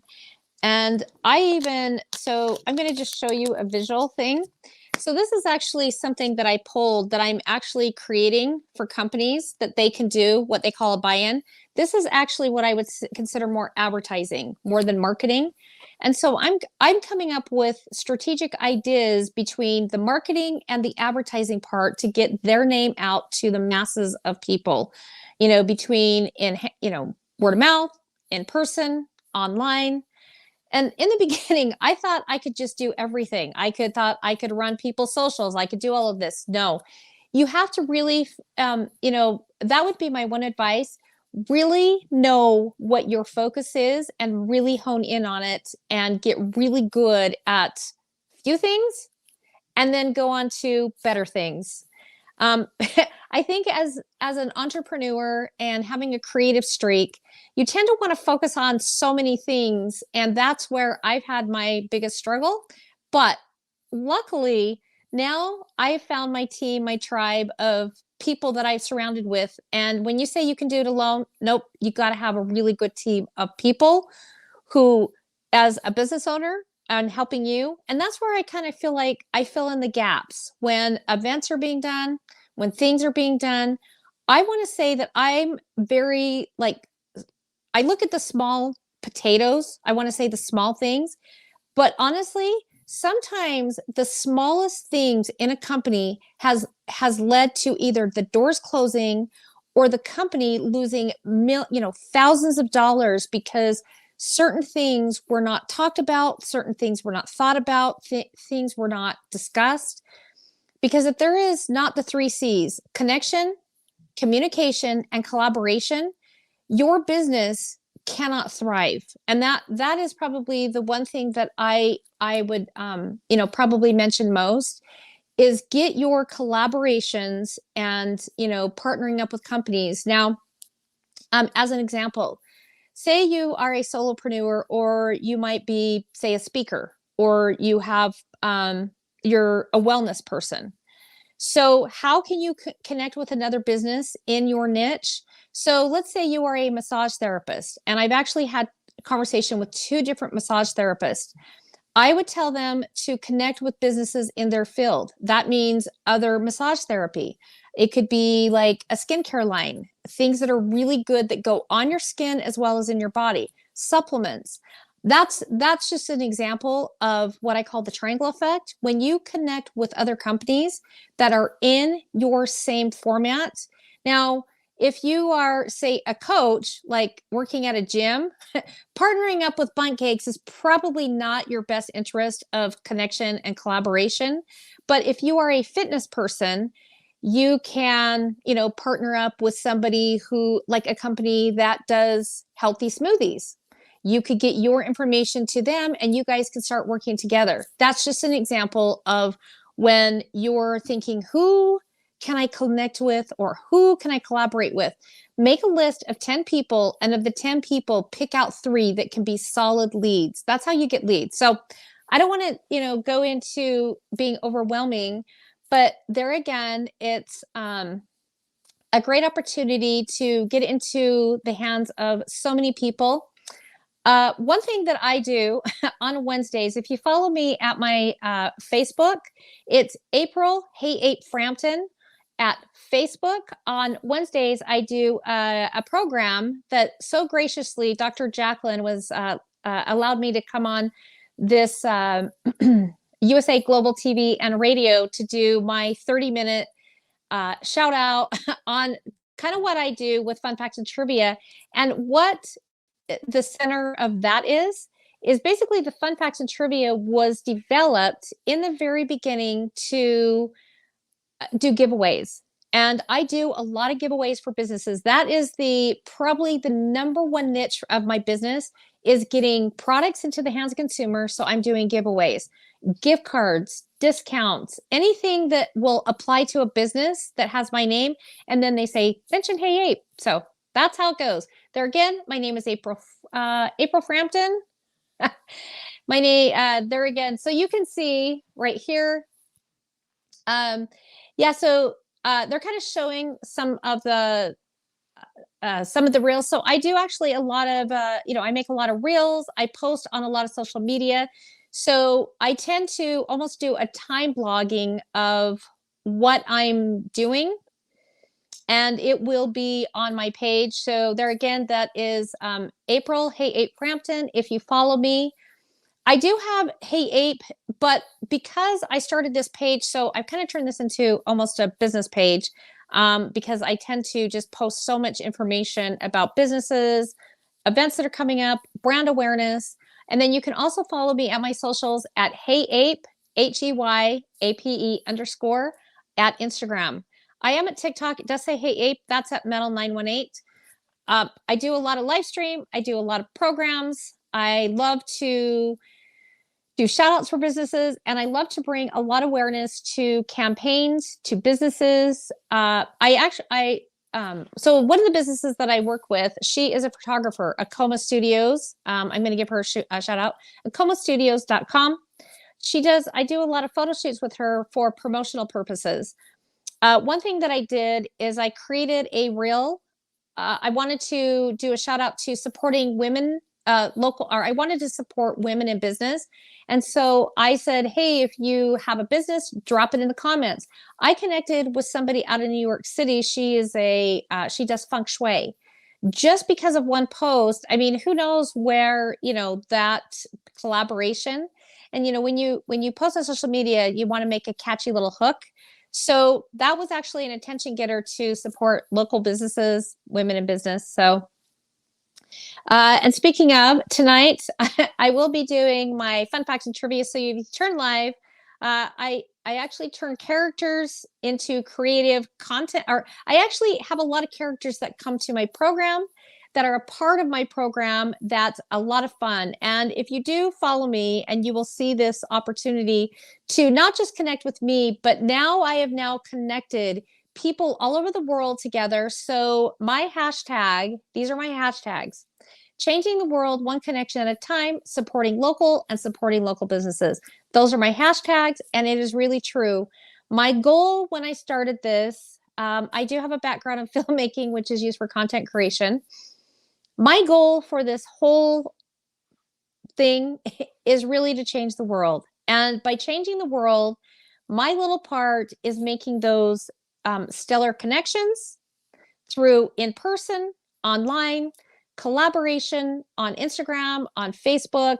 I don't know that there is a day that I do not send a text to a company, to somebody, connecting them to someone, a business that will help them thrive. So I would have to say that's my biggest thing that I focus on, is those connections, changing the world one connection at a time. And there again, my name is April Frampton. My company is Hey Ape. I do guerrilla marketing, strategic planning for businesses. I'm not sure if my time is up, but I will just keep going. So there you go. I love it. Congratulations. Excellent Yeah. presentation. We're going to have some questions for you. I just want to welcome some people backstage. KIM-ADELE Randall in the house. Hello. It's so good to see you. It's nice that we also have Blaise backstage, but Blaise, your camera's off, so go ahead and turn that on if you would. There you go. Here comes Blaise. Oops, I see you backstage, but we don't see you on the screen. I'm not sure what's going on there. So anyway, does anyone have any questions or comments for April? Yes, Dr. Chan. Yes, I do. First of all, April, I just want to congratulate you. You look like a rock star. You look like a rock star of marketing. You really do. Really modern, really bringing something different. And secondly, I love the fact that you have collaboration over competition. Think about, and I love the triangular system, and the fact that just having this collaboration over competition, how many people spend so much money in more advertisements, in more brand awareness, because they're competing with someone.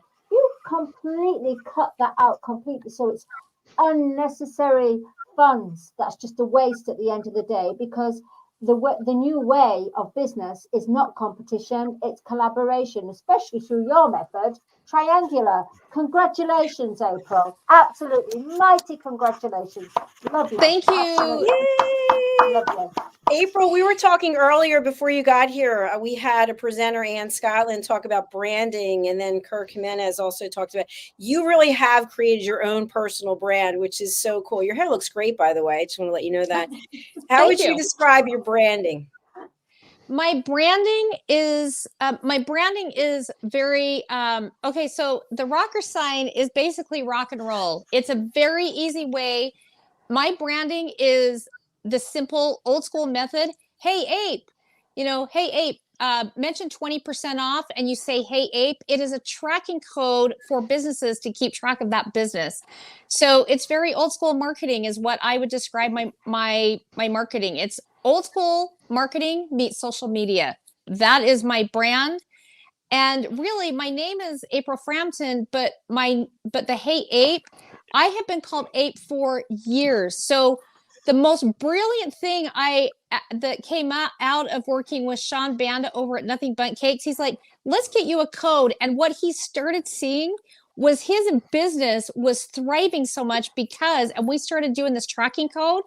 And now I'm like 18% of his business, bringing it to him at the old school method. So that's what I would say my brand is. It's very between my, I wear a lot of hats. I wear a lot of beanies, my clothing.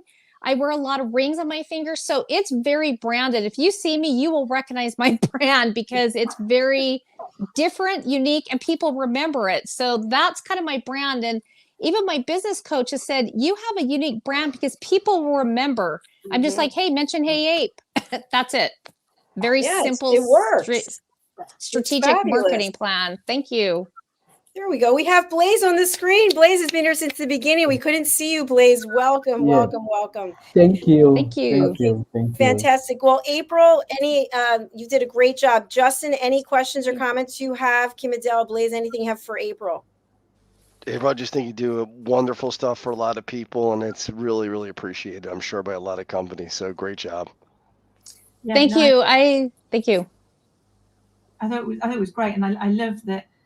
You're really focusing on bringing the individualism out of the business and letting them shine their light. And it reminded me of a quote. As Dr. Jacalyn knows, I love a quote, so I'm to throw one in. The quote it reminded me of is that professionals collaborate, amateurs compete, and you're really epitomising that for organisations, which I love. Oh my gosh, I literally, you guys, I just have to tell you, I'm getting kind of emotional because you are my people. When I just take what I have always loved to do, and in the beginning, I had everybody in the world telling me I should do something different, I should change, I should do this. And when I walk into a corporate meeting, I am wearing usually an AC/DC t-shirt, a jacket, or a band, and when they leave, they remember. I mean, I was at an event just last weekend and I had my Adamant shirt and my red high top Vans on. And that was the talk of many of the people. They're like, I will remember your Vans. So I'm like, it's like your brand. People remember, what they say. What do they say? Stories or facts tell, stories sell. My story is I just love working with people, my love of music. So here's a little, and I'll do this in 10 seconds. So over the years of being a filmmaker, I've actually spent a lot of years in the film world on sets. So I'm also a makeup artist. So if you come to my program on Wednesdays, I actually turn myself into characters. To date, I have turned myself into over probably 60 characters, everything from Elvira to Kiss, because the whole idea behind that is that people would come to the program and I would do giveaways on behalf of the businesses to drive the people to the business to pick up their gift or giveaway, or I sent gifts all over the world. And then I started realizing I'm getting too busy. So now I just do giveaways online and in person. So I've changed a little bit, but the shenanigans and the funness does not end. That's it. Good. Thank you, April. Thank you so much. And by the way, I hope all of you who are here are connecting with each other. When you see the contact information, please do connect. Okay, we have Blaise and we have KIM-ADELE. I'm not sure which one of you, Blaise, I think you, what country are you in right now? I'm in Ghana. You're in Ghana. And KIM-ADELE, you're in London. Are either one of you need to go first? Okay. No?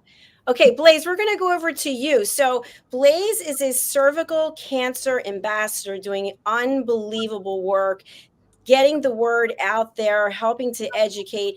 Blaise reached out to me, I believe, Blaise, tell me if I'm wrong, but you reached out to me a while ago, I want to say a year or more, through Facebook Messenger, and you had a story to tell. And so we had you on and we interviewed you, and I was really moved by the work that you're doing, the money that you personally are putting out to educate people and to bring awareness around cervical cancer. And as we know, many people die every year of cervical cancer, and you've made it your mission for people to go and get tested, to educate themselves, and to not live in hiding about it. So we'd love to have you go ahead and share your story. All right. Thank you, Dr. Jacalyn. Thank you for this opportunity. In fact, I'm really happy to join these great speakers to also share my side of what I've been doing for the past years. In fact, for the past 8 years, I started this advocacy on cervical cancer. I realized that most people in our parts of the world, Ghana, lacked that kind of education that they needed to know about cervical cancer. At times, you ask people what cervical cancer is, and I bet you even get women who cannot even tell you what cervical cancer is. People don't even know where their cervix is. So it makes it difficult for some of these women to easily report any sign or symptom to the nearest hospital for them to be catered for. So I believe that we usually have an idea that prevention is better than cure, but I believe that prevention is cure. Usually when we try to educate these women, let them know the risk factors involved in some of these cancer cases, I think they can really visit the nearest hospital whenever they go through this situation. So I believe that cancer is something that no one can fight cancer alone. Cancer fight is a collective effort, and we need to come together to be able to do. So when I started this journey, it was a difficult one, of course. From where I come from, people have this a kind of ignorance where people believe in more of like going to church whenever they are facing any form of a sign or symptom rather than going to the hospital. So it makes at times some of the educations teaching them becomes very difficult.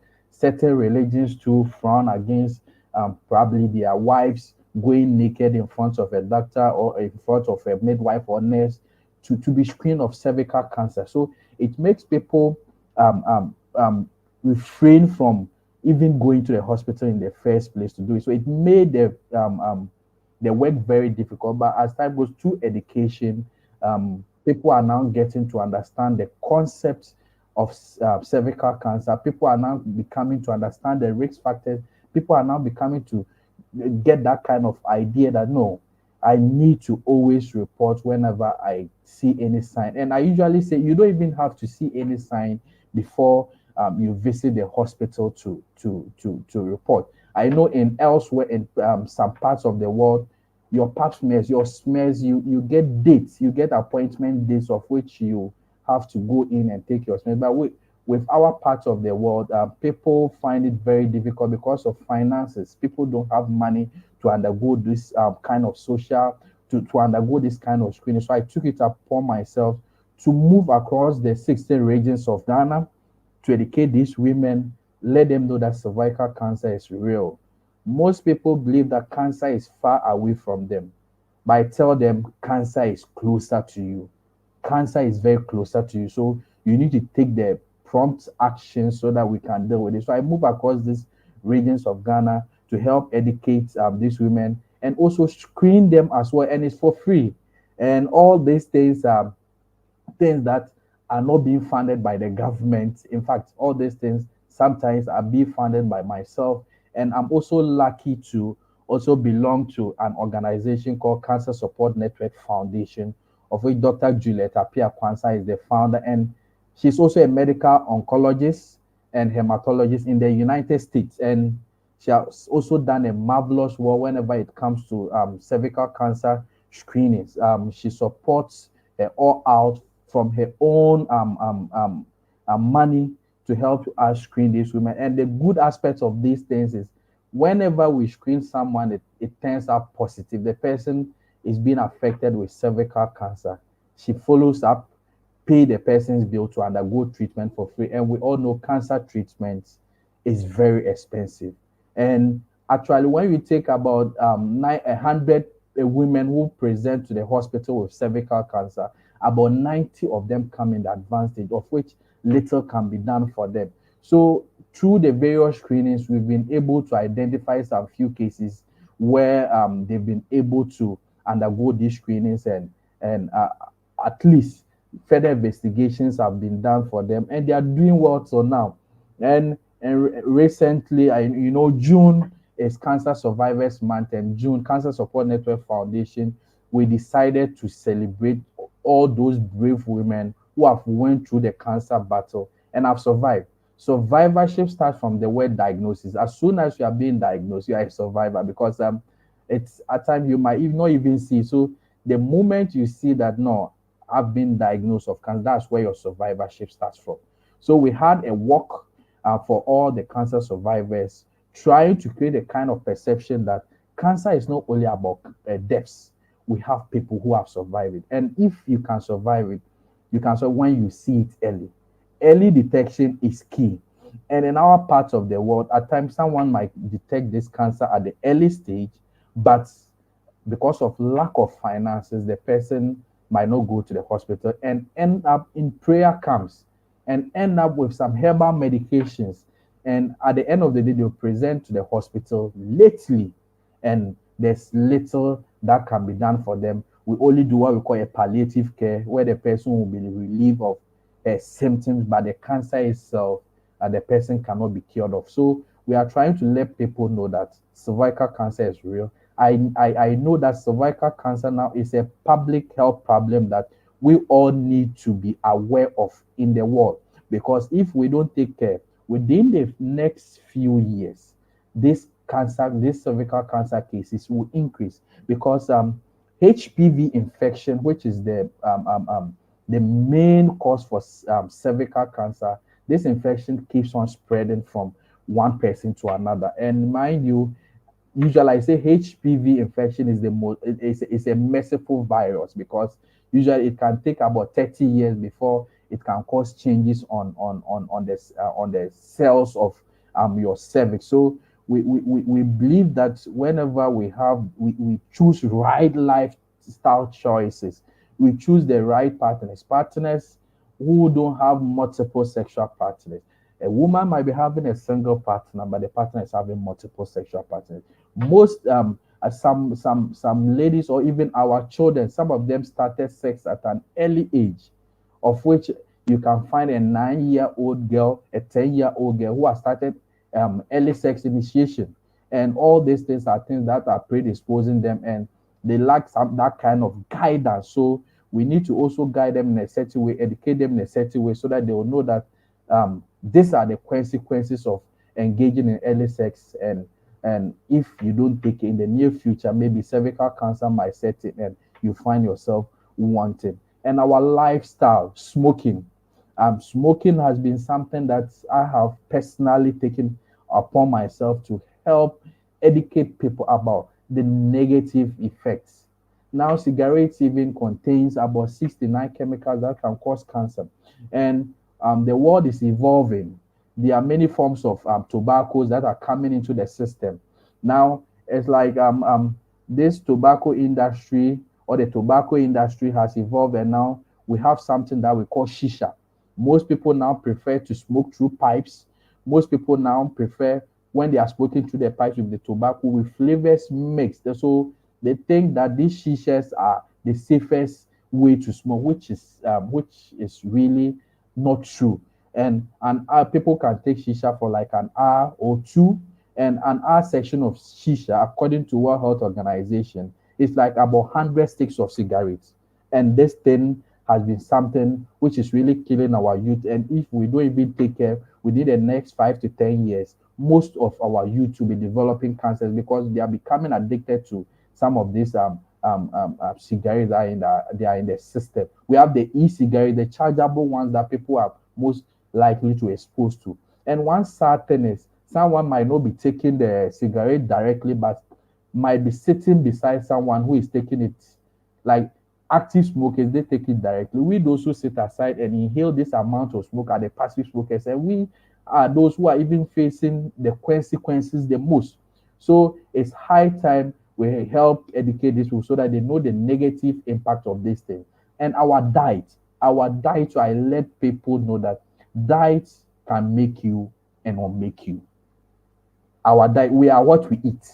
So a lot of our junk foods, the ready to eat foods, you just open it, you are eating the fried foods and the fatty food. All these things are things that can predispose us to a lot of cancers.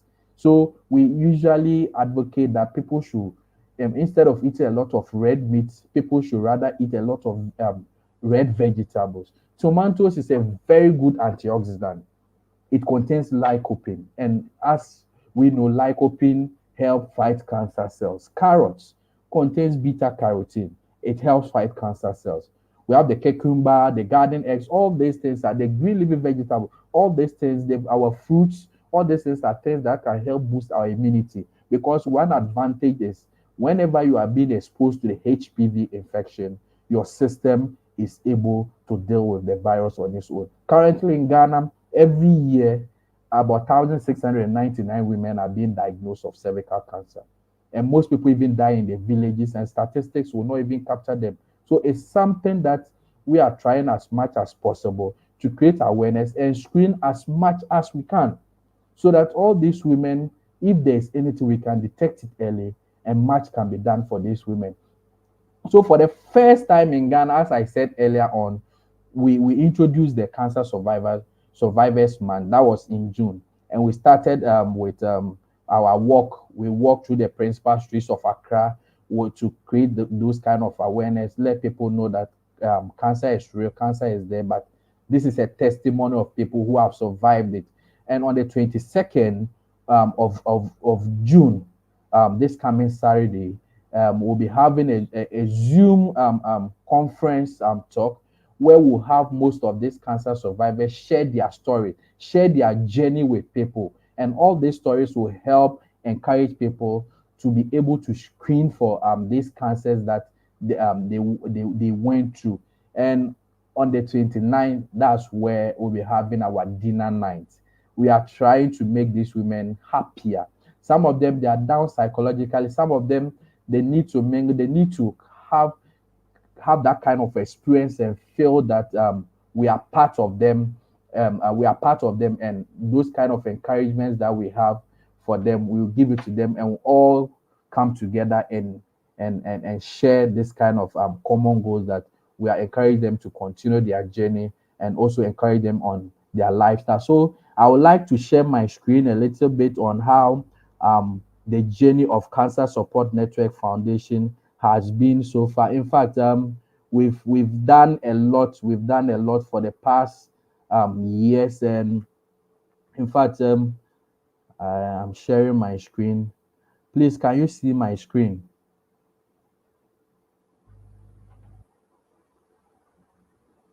Please, can you see my screen? Yes, we see your screen. Please, can you see my screen? Yes, we see your screen. Yes. So, okay. So our main, so this is the Cancer Survivors. The June is National Cancer Survivors Month, that we are trying to create this awareness, and with this kind of survivors that we have the cervical cancer survivor, we have the breast cancer, we have the colorectal cancers over there, and we have one lady who has been battling with rectal cancer that currently we are supporting to undergo treatment for free. And mind you, all these funds are coming from a single individual who is in the person of Dr. Julieta Piakwansa, a medical oncologist in the US, currently helping with the donations to help these people undergo. And we as an organization, we believe that when people are being hit by cancer, they need that kind of social and emotional support to undergo the treatment. And we want to get to a stage that the world will not be threatened by cancer. People have that kind of fear whenever they hear the name cancer. We want to get to a point that we'll be able to increase our awareness creation on cancer so that people become more aware of themselves. And we have some series of programs that we have gone to. And I think the recent one, let me share some highlights of the work that we had on the 8th of June. So all these people that we are seeing, they are all cancer survivors. Some are breast, some are cervical cancer. We have lovely pictures, and some of them, their kids came around to also support their parents. Yeah, so I survived cancer. My mother survived cancer. Survivors inspired us. So we have all these things that went on the 8th of June with our survivors, and it was something that we really enjoyed very much. So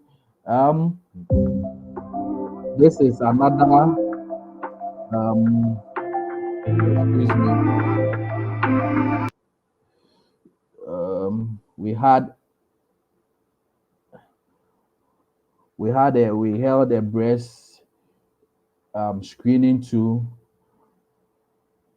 and so yeah, this is where I was giving my health talk, and we have these women who were ready to be screened, and we had this case. I'm sorry this picture is a little. We had this case. So the one funny thing is, this woman had never visited a hospital before. This was the situation of the breast, and through our screenings, we came in, we did a screen, and now we are trying to support this woman undergo treatment for free.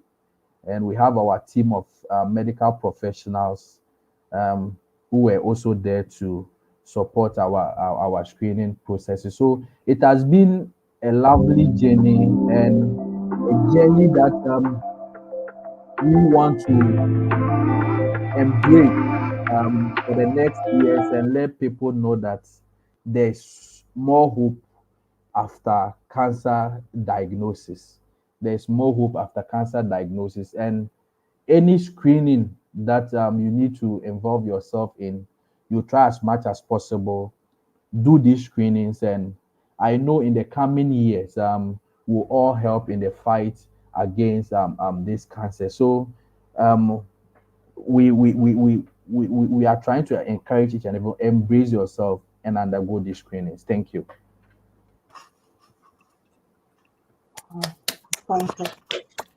Thank you, Blaise.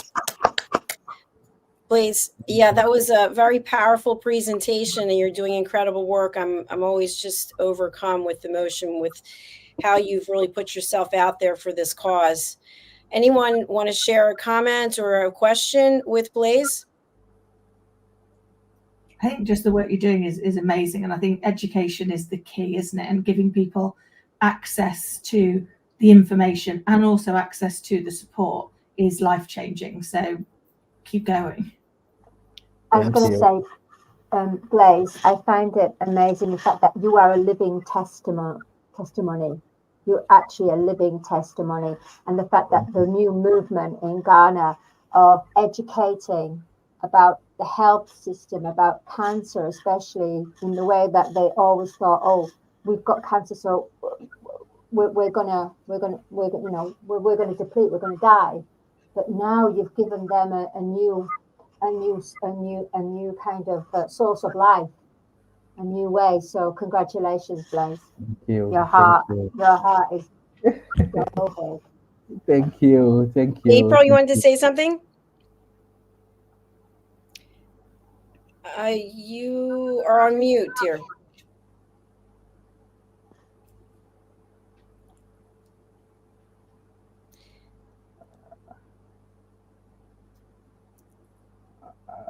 I think there we go. There we go. There you go. Perfect. Yeah. Sorry, it was I could create content, but I can't figure it out. It's the small things, guys. It's the small things. I just want to say thank you to you, Blaise, for bringing awareness. I've actually worked with a lot of charity organizations that have reached out to me for humanitarian, and one of them actually, as of recent, was actually in Africa to help with her orphanage. So I love connecting, and the whole thing with what I do, that connecting the world one connection at a time. I mean, this is one thing that I've also done a lot of, which is fundraising. And I came up with a campaign to do a tri-state fundraiser. The money that actually would be raised through local funds here would have actually gone to the cause in Africa, would have been the end result. So I love what you're doing. And, you know, I think by us, I posted this in the chat that I love giving a shout out because you never know who you're going to reach on your social platform to help somebody else in their cause. And that's one thing that I do often is create content for the businesses to bring awareness. So that's my 2 cents or my thing for you. Thank you. Keep up the good work, and yeah, I'd love to stay connected and see how we can get some more awareness for you. That's mine. Thank you. Kind of what I have to say. Yeah, I'll get Fantastic. So hopefully you two will also go ahead and connect. And by the way, everyone's contact information is in the notes. So if you go to our YouTube channel, USA Global TV and Radio, you look for the show, you'll see all the comments. Robert J. Moore wrote a comment. Yes, sir, you were number 3 way back when we first started, but we didn't see you. So we'll hopefully see you on Saturday.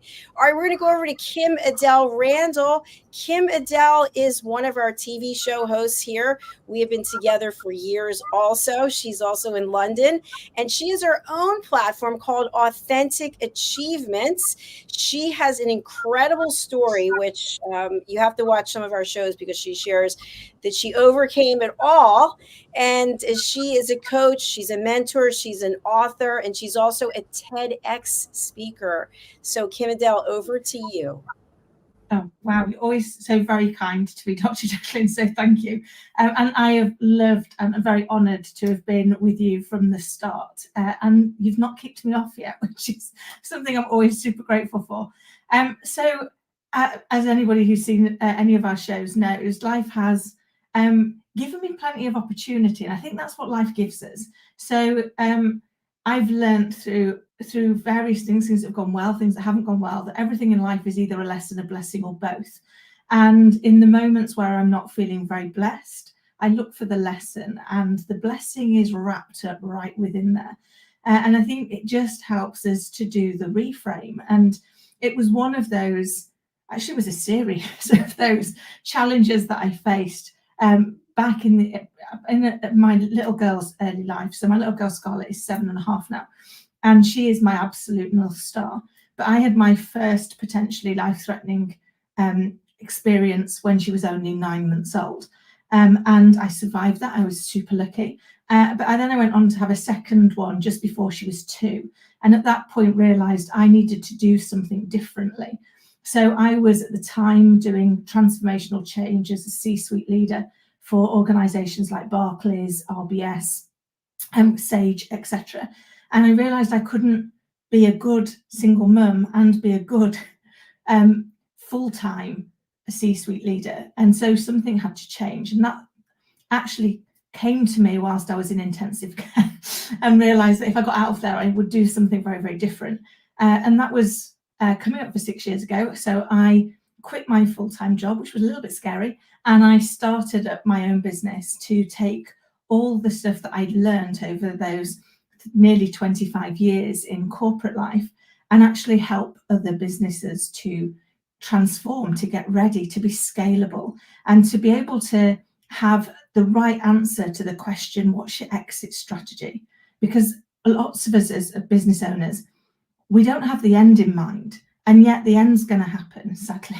So if we don't have the end in mind, if we haven't started thinking about how do we actually, where does this business go next? Do we float it? Do we do a management buyout? Do we leave it to family? If we've not done the thinking of that and got the organisation ready and the infrastructure in place, then actually it will go when we go. And that seems so sad when people have been putting so much time, effort, love and resource into building their business. So I started to run my organisation, which basically goes in and does fractional C-suite work or coaching to help organisations get themselves investor ready, so that organisation can thrive. And off the back of that, I was given the absolute privilege to co-author my first book, literally on day one of lockdown. when somebody rang me and said, Kim, we're writing a book about remote working and you've led remote teams for years. Could you write a chapter? And in those throes of like not believing in myself, I was sitting there going, no, I can't do that. I can't even write a shopping list. Certainly can't write a chapter of a book. But as they said to me, Kim, you're locked in with a 2-year-old. What else are you going to do with your time? And I was like, it's a fair point. That's a fair point. I could write it. And if it's rubbish, you don't have to include it anywhere. And then they came up with the second challenge, which was you've got 5 days to write it.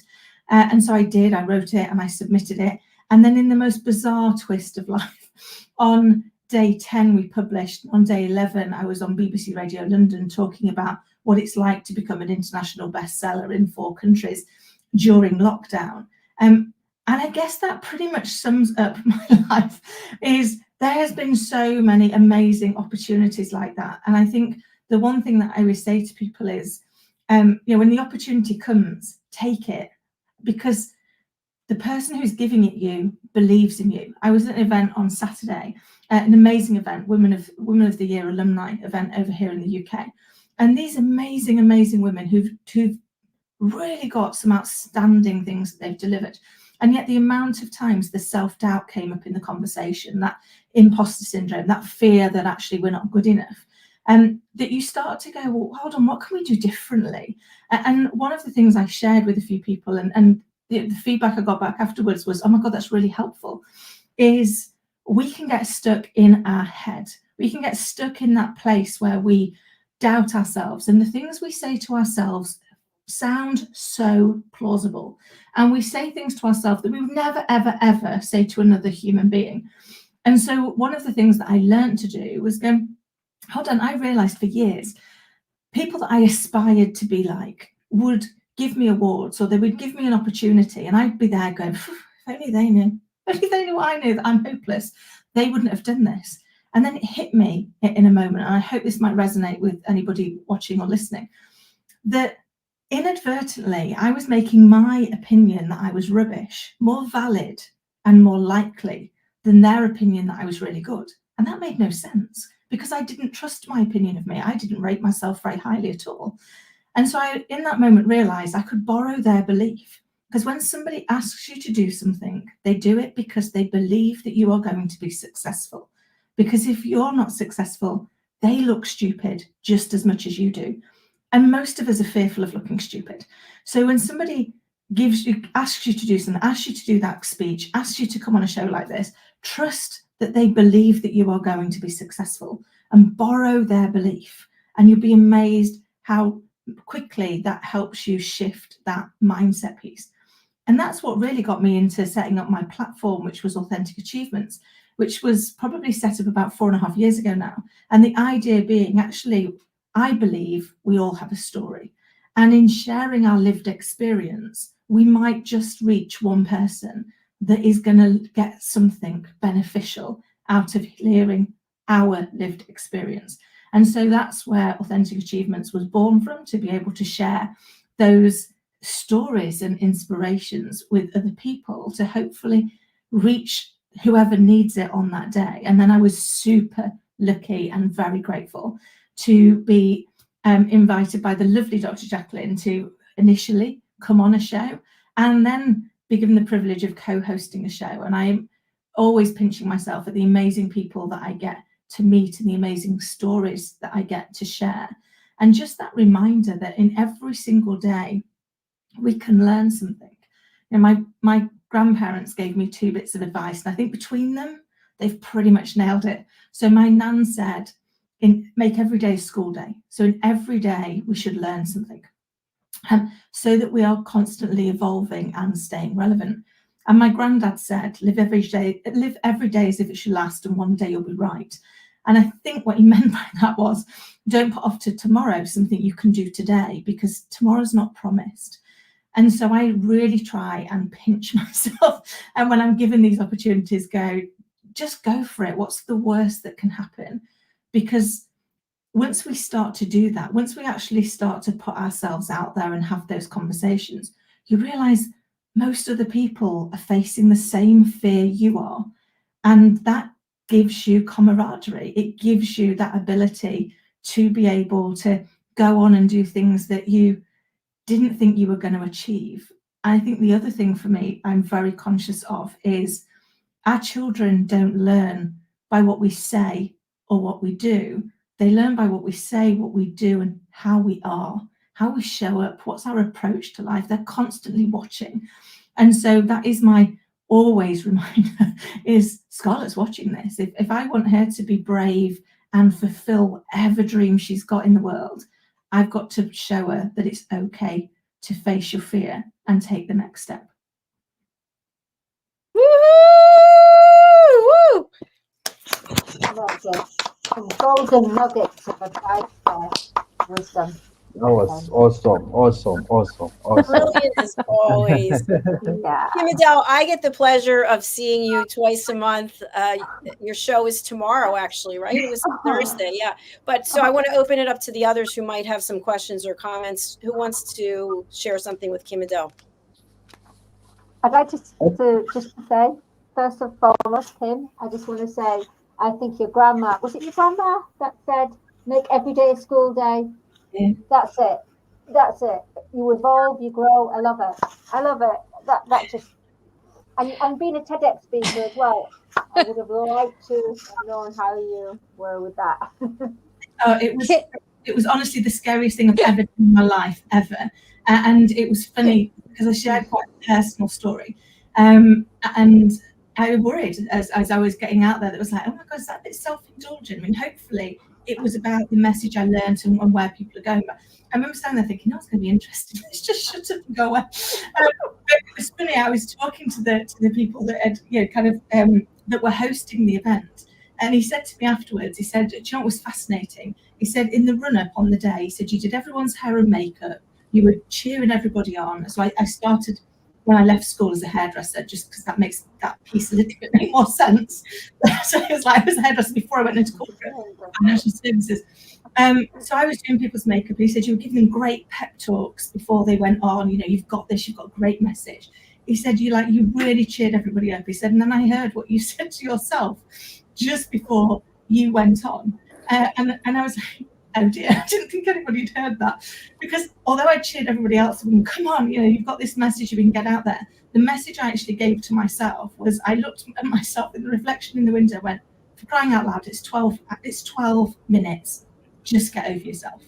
And it's interesting how what we say to ourselves is so very different to what we say to somebody else. And yet we're with us all of the time.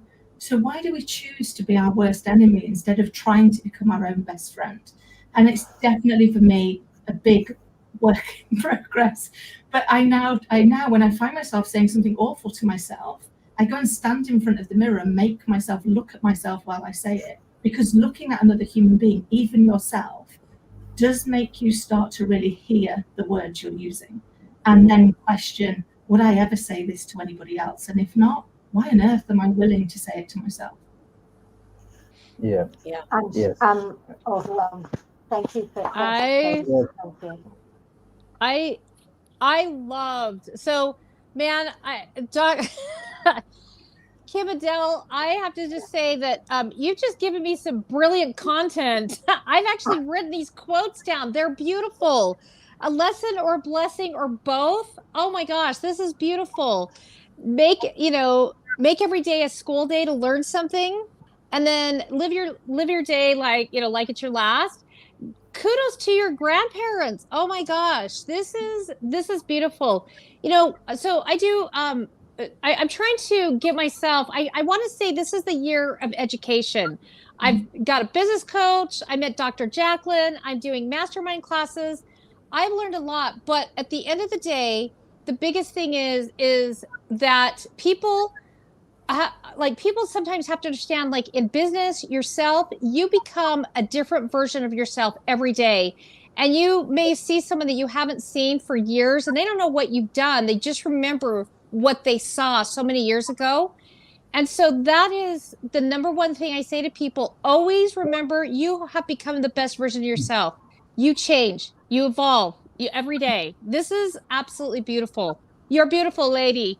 That's my 2 cents. I just have to say, thank you. As a content creator who creates content every day, I'm always looking for my next jam. I am going to actually do a shout out to you because this is really good stuff. You can inspire somebody. So anyway, that's it. That's what I got. Oh, wow. Thank Yeah. you. You're so So, kind. yes. So I also like to commend you for the wonderful work. In fact, I'm also inspired by your works. What I want to say is just keep being you. Just keep being you. And the moment you realize that you're about giving up, know that God is by your side. And I know we'll all help achieve this goal. So thank you very much for inspiring all of us, and good job. Place. Thank you. That means the world to me. And I think, you know, that is all we're supposed to be. You know, we're supposed to be whoever we are. I say to my little girl all the time, do you. And I think it was Oscar Wilde that said, be yourself, everyone else is taken. Yeah. And I'm constantly reminded of that. You don't need to be anybody else. You should just be you. And the same should be true for, like, what is our measure of success? My measure of success could be very different to anybody else's. That's okay. That's my measure of success. And so I think once we, and I learned, mine was very, it took a long time, evolved for a lot of years. But I remember for a long time trying to fit into the mold of being corporate Britain. And, you know, you had to, everything in my wardrobe was black, and there's occasional bit of navy blue thrown in for colour, because it was so very structured. And then I remember going for this job, and it was UK head of sales for Sage at the time. And I remember thinking, oh my goodness, Kim, if you get the job, you can't do that job whilst trying to be somebody you're not. It's too hard. It's going to be too difficult. And so I thought, I'm just going to turn up and I'm going to be me. And if they don't like that, then I'd rather them find out now than later on. And I remember, and poor Dr. Jacalyn's heard this story before, but I remember being in the interview with the Global People Director at the end of the interview, and she said, so Kim, if you could sum yourself up in a word, what would it be? And I was like, loud. And she did look a bit taken aback. She was like, loud? And I was like, yeah, so you've known me for what, 50 minutes? And she went, yeah. So do you think I'm loud? And she went, well, now you mention it, great. It's self-aware and it's honest. I'll stick with it. And she says, that's what got you the job. She says, you never changed. Didn't matter if things were going well or they weren't going well. You showed up and you were you. And I was like, well, I don't know how to be anybody else. And I realized in that moment, I don't know how to be anybody else. So I may as well stop pretending that I'm not who I am, and own up to my flaws, and then work on them, because we are all perfectly imperfect. And yet we've created a world that is trying to compare us all to a seeming perfection that we can't ever achieve, because our perfection, I believe, is our imperfection. Our imperfection is the part where we bring our sparkle to shine on the world. And I think if we can own that imperfection and work on it, that's going to be the biggest difference. Absolutely. That was brilliant. I love that. Obviously, we've all taken something away from what you shared, Kim-ADELE. So thank you for that. We are coming to the end of our program, and Dr. Madalene Chan is going to have her 15 minutes. So let's hear what she has to say. Well, thank you. A big shout out to all our guests, all our entrepreneurs, and professional in every way, and their words of wisdom, their nuggets of wisdom. Just want to say thank you. And I want to especially say thank you to Dr. Jacalyn. If it wasn't for Dr. Jacalyn, honestly, I wouldn't be here. I wouldn't be here. I wouldn't be as a presenter, because my role has been a singer-songwriter, an awarded singer-songwriter, been in the music industry, had some hits and everything, and came away from there, found how very like a puppet I was, and I just had to come along and come away and find my own identity. And so with that, I had I became more spiritual but creative. And so I started to write content songs that were more about my journey and other people's journey, but having, even though you go through all the shadow and the suffering and the lesson, it's almost on the other side of the song, I would bring in almost the solution to it, or the happiness, the outcome of that pain, turning that pain into superpower. So I'm a soul heart awakener. And what I do is I help to connect to people's creative genius within them, because I believe with all my heart that everyone is born with a soul song, with a soul language, with a divine mission. Everyone has a divine mission in this world, and it's about going through the lessons to find who you are and to awaken to who you are. And sometimes you need a little bit of help with that, so I help to connect to that soul, the divine feminine, which is the inner intuition. So you use your inner intuition, your creative side, and you balance it out with the outside world. So you have a nice balance. You're living from the inside out rather than the outside in. And with that, I got together with some musicians and we brought out songsforyou.co.uk. And what we do is we help people who have got a book out there to write a song, almost their own song, their testimony in a song of any style and genre they wish.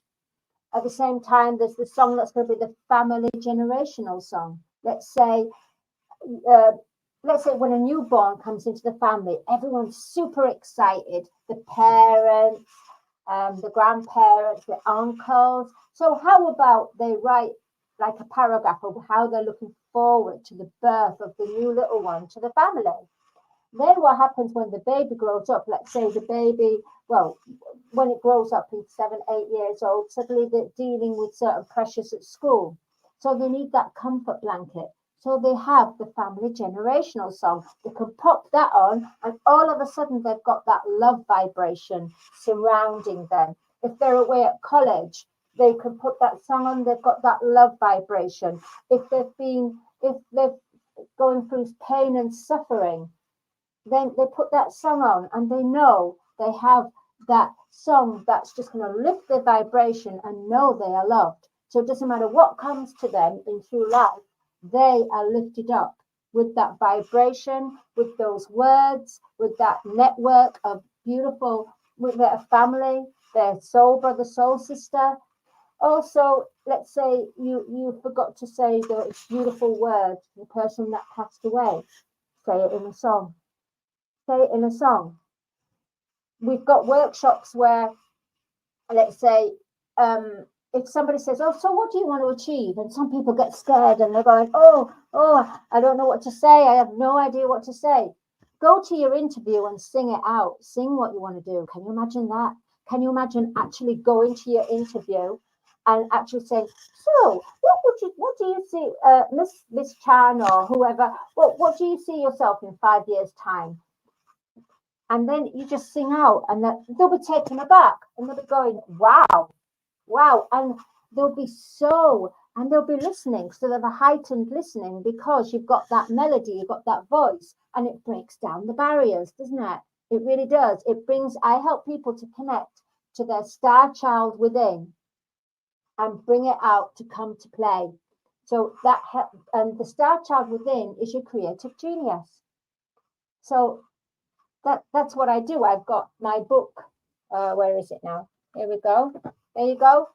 There you go. Yeah, Star Child, which is about helping some awakened earthlings and cosmic beings that come together to help Mother Earth through the sound of cosmic rays and certain vibration of frequency of music, and also affirmations and words of wisdom, but coming from a heart center.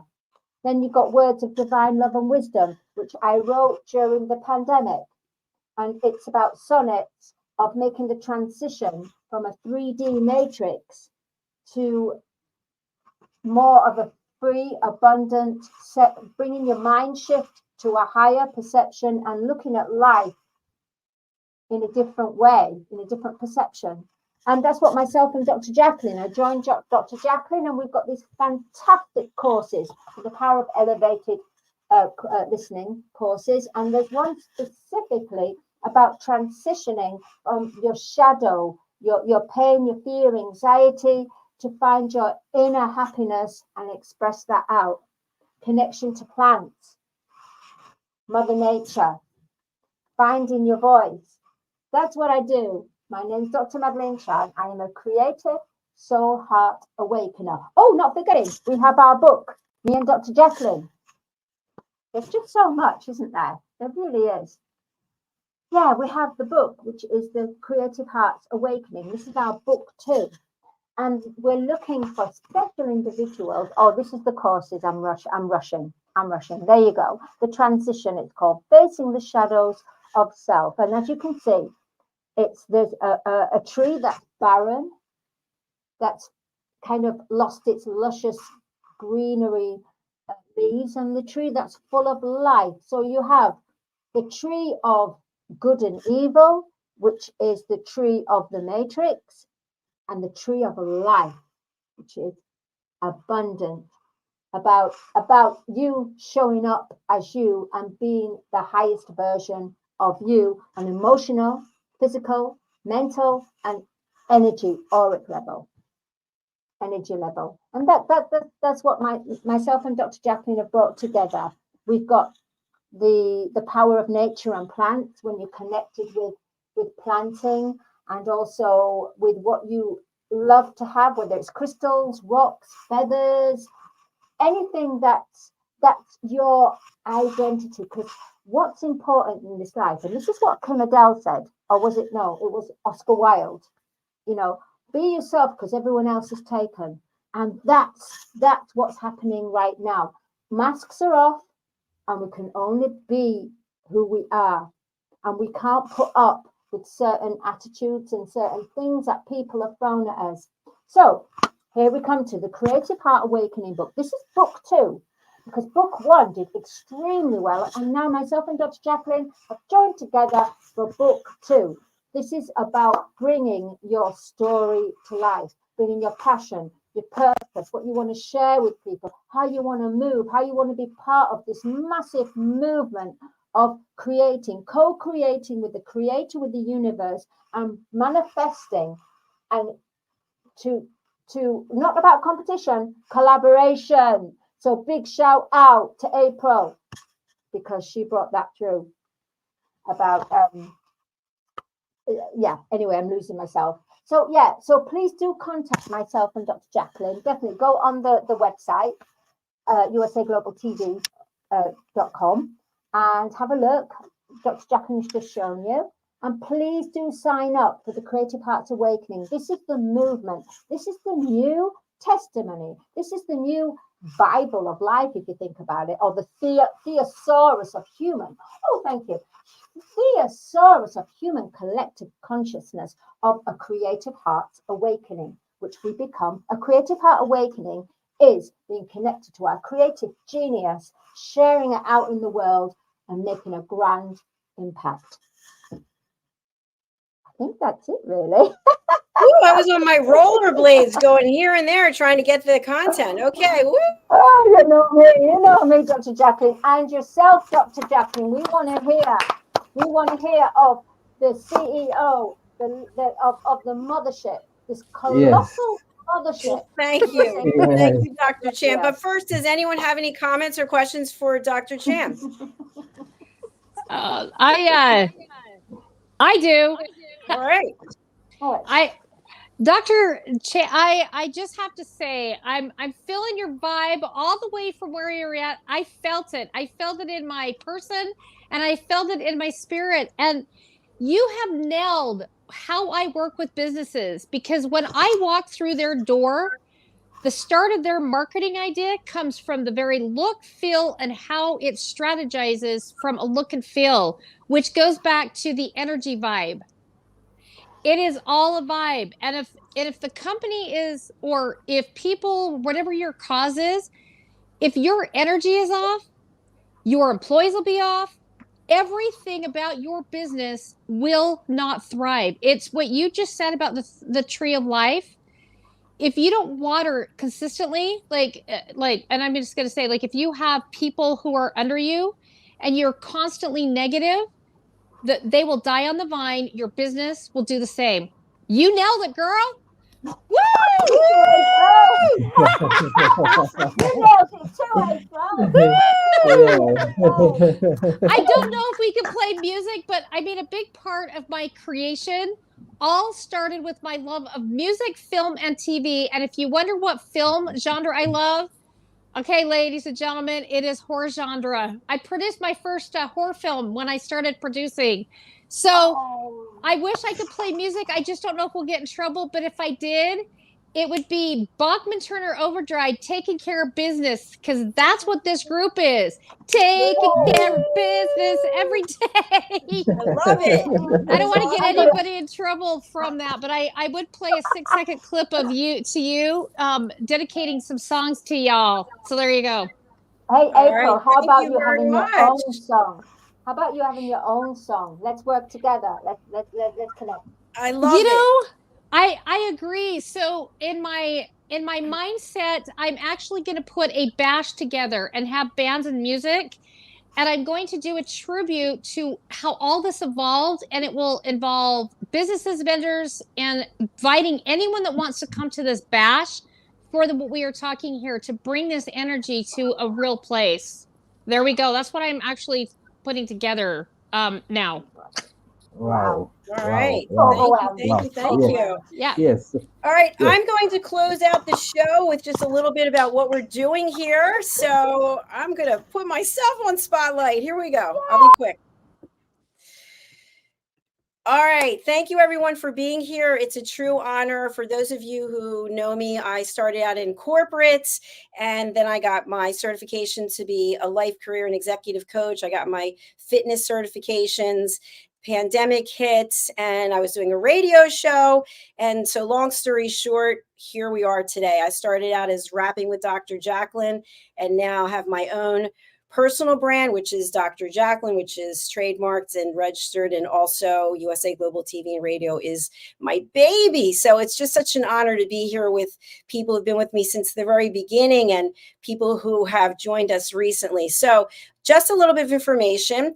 We have now currently, I think 45 shows. I'm going to go ahead and share my screen and just walk you through what it is that we're doing. Of course, now that I'm doing it for myself, I can't even find my own website. Hold on. Okay, here we go. All right, so I'm going to share the website. And we talked earlier about branding, and I feel branding is important also. Our branding here is red, white, and blue. And so when you come here, you'll see across the top, home. We also have a new segment, which is called Royal Breaking News from London. This is a segment that's on every day. It's about 3 to 5 minutes. And our expert correspondents, who are royal family experts, Ian Pelham-Turner and Helena Shard, you can Google them. You can find them on all the major platforms across the world. They do an update about something that's going on over there. So next, I wanted to show you about our shows. And so if you come down here, you can see where we're streaming, and look how we've grown. I haven't even added all the rest of the platforms on here, but first we were on Facebook, then we're on Facebook and YouTube, and then Facebook, YouTube, and LinkedIn, and so on and so forth. And of course, now we've grown. I don't have Zizzle TV on here, but if you saw earlier, Zizzle TV, KIRK Gimenez's platform, is on 300 different destinations. And oh, by the way, here's some information about that. So you can come down here and you can see our shows. Some of the shows are current, and some, like this one, Secrets to Timeless Beauty, Katrina Valente, who's a beautiful person. She's in Dubai. She wanted to start a different show. So a lot of times that's what people want to do. They start with one topic and then they want to go somewhere else. But you can click the watch now, and you can watch any and all of our shows in their own playlist over on YouTube. I love YouTube because I get real information from them. I can see how many people are watching, where they're watching from, how long they're watching, what people like. Here's Ann Scotland. This was one of her earlier shows, Global Socialpreneurs. And again, they're all here. So we can keep scrolling, but I don't want to not mention anyone's show for anyone who might be watching now or later. So you can see there's quite a lot of shows here. All right. Wow, even more shows than what I thought. Here's Anne, who was here earlier. Okay, so we've got a lot of choices for people. So you can come here as a guest and you can book in on almost all the shows, not all of them, because some of the shows are very specific and the show host wants to have certain people be their guests. And an example of that would be the Perfect Podcast Show. I think I passed it somewhere. So Keith is an expert at improv. He's known around the world for the work that he's done for improv and also in his books. And he wants to have certain people on the show. So it's not just a show for anyone to go and book in on. Here it is, the Perfect Podcast Show. So that's an example. So if you are somebody who wants to book in, come to this location, usaglobaltv.com/book-your-session, and then go ahead and book in. Now, there's no fee to book in on any of those shows unless you're being interviewed by me. Ooh, why is that? Am I a mean person? No, because I've done over 5,000 interviews. And to be quite honest with you, the way I look at it is, if I'm going to be hosting a TV show, I want some kind of compensation, because otherwise I'd rather be producing, because there's so many pieces to this pie that for me to stand and get here focused and interview someone. So I think it's $29.99, which is a very small amount of money. So that's the first point. The second point is, maybe you're thinking of having your own television show. What does that look like? How can you join us? So in the beginning, what I would do is I would sit and speak with people, and we would figure out something that would work. And now we're at the stage, because we are so large, that I do want to speak to everyone who's interested, but we have something on our website now. It makes it so easy. You can come here and you can look at what are the services. So I've done a lot of research about what's going on in the industry and the value that we add. And so that's how we've come up with this pricing. But let me just walk you through what the various choices are. The first service on the left is distribution of your already produced content. So you are a creator, you already have content, and you want to distribute it on as many platforms as possible. Super fantastic. We would love to have you distribute your content that you've already created. That's $179 to $259 a month. Now, everyone signs a contract so that everybody knows what to expect, but we don't want to hold anyone captive here. If you don't want to be here anymore, just give us 30 days notice, and then we part ways. We'll still keep your show graphic up onto the website and tie it to the YouTube playlist so that people can still find your shows. Okay, next, let's say you want to host your own TV show, and it's going to be live. It's a 40-minute live show. We'll produce it, we'll mark it, we'll do the search engine optimization, we'll distribute it across the platforms that we shared earlier. That's between $600 and $997 a month. Now you might say, well, what's the difference? Well, are you doing it once a month? Are you doing it twice a month? How often are you doing it? So that's how we figure out that. Next, all the way over on the right, you get to co-host a TV show with me. This is more expensive. Why? As I already explained. So I charge personally as a coach between $500 and $800 an hour. So I'm really streamlining my costing. But for me, it would be to work with me is $997 to $1,200 a month. Now I train you, and then I can throw you out into the wind if you want, so that you can stand on your own 2 feet and you could actually come back as hosting your own show. I love to watch our team just grow and flourish. Many people started out doing the shows with me, and some people still like to do the shows with me, but some people want to eventually go out on their own, which is great, or any and all of those combinations. The next is to be an expert presenter on our Talking Heads platform. Talking Heads is a platform where people who have at least 5 years of experience, they've got the following, they know how to present, they have their own show as an expert presenter. Now, as a talking head, you have an option. Let's say you want to present on how to sell your book, or how to write a book, or how to cook a roast, or whatever the thing is, and you're not available to do it every week, you can actually team up with some other people. So let's say you're a chef and your specialty is baking, but you don't know the entrees and all these other things. You could find 3 other people who could come and split that cost with you as a talking head. So maybe you're doing talking heads the first week of the month, and then somebody else the second, then somebody the third, and somebody the fourth. The difference is a talking head is presenting. You are the expert and you're educating, as opposed to being a TV show host where you're interacting, you're interviewing, you're listening. This is straight out you presenting. Next, you can be a panelist on a woman's prerogative. What is this? We have an incredible show that's called A Woman's Prerogative. And A Woman's Prerogative takes place on Mondays. We actually have 2 episodes, part 1 and part 2, because our team members live in different parts of the world. And at a certain time during the year, whether it's daylight savings or not, we can't all be together because some people would be getting up in the middle of the night. So we have 2 episodes, and you will be a full-time contributor. Each week there's a different topic, and you get to engage with the other women, of which Dr. Chan is one. And so it's a great way to build your credibility and build your network, and at the same time cost efficient. So that's $400 a month. Then we also have the ability to host your event. So for example, Janetta Barry, who founded the Epiphany Process, we've run her event across our platform several times. I think it was twice actually.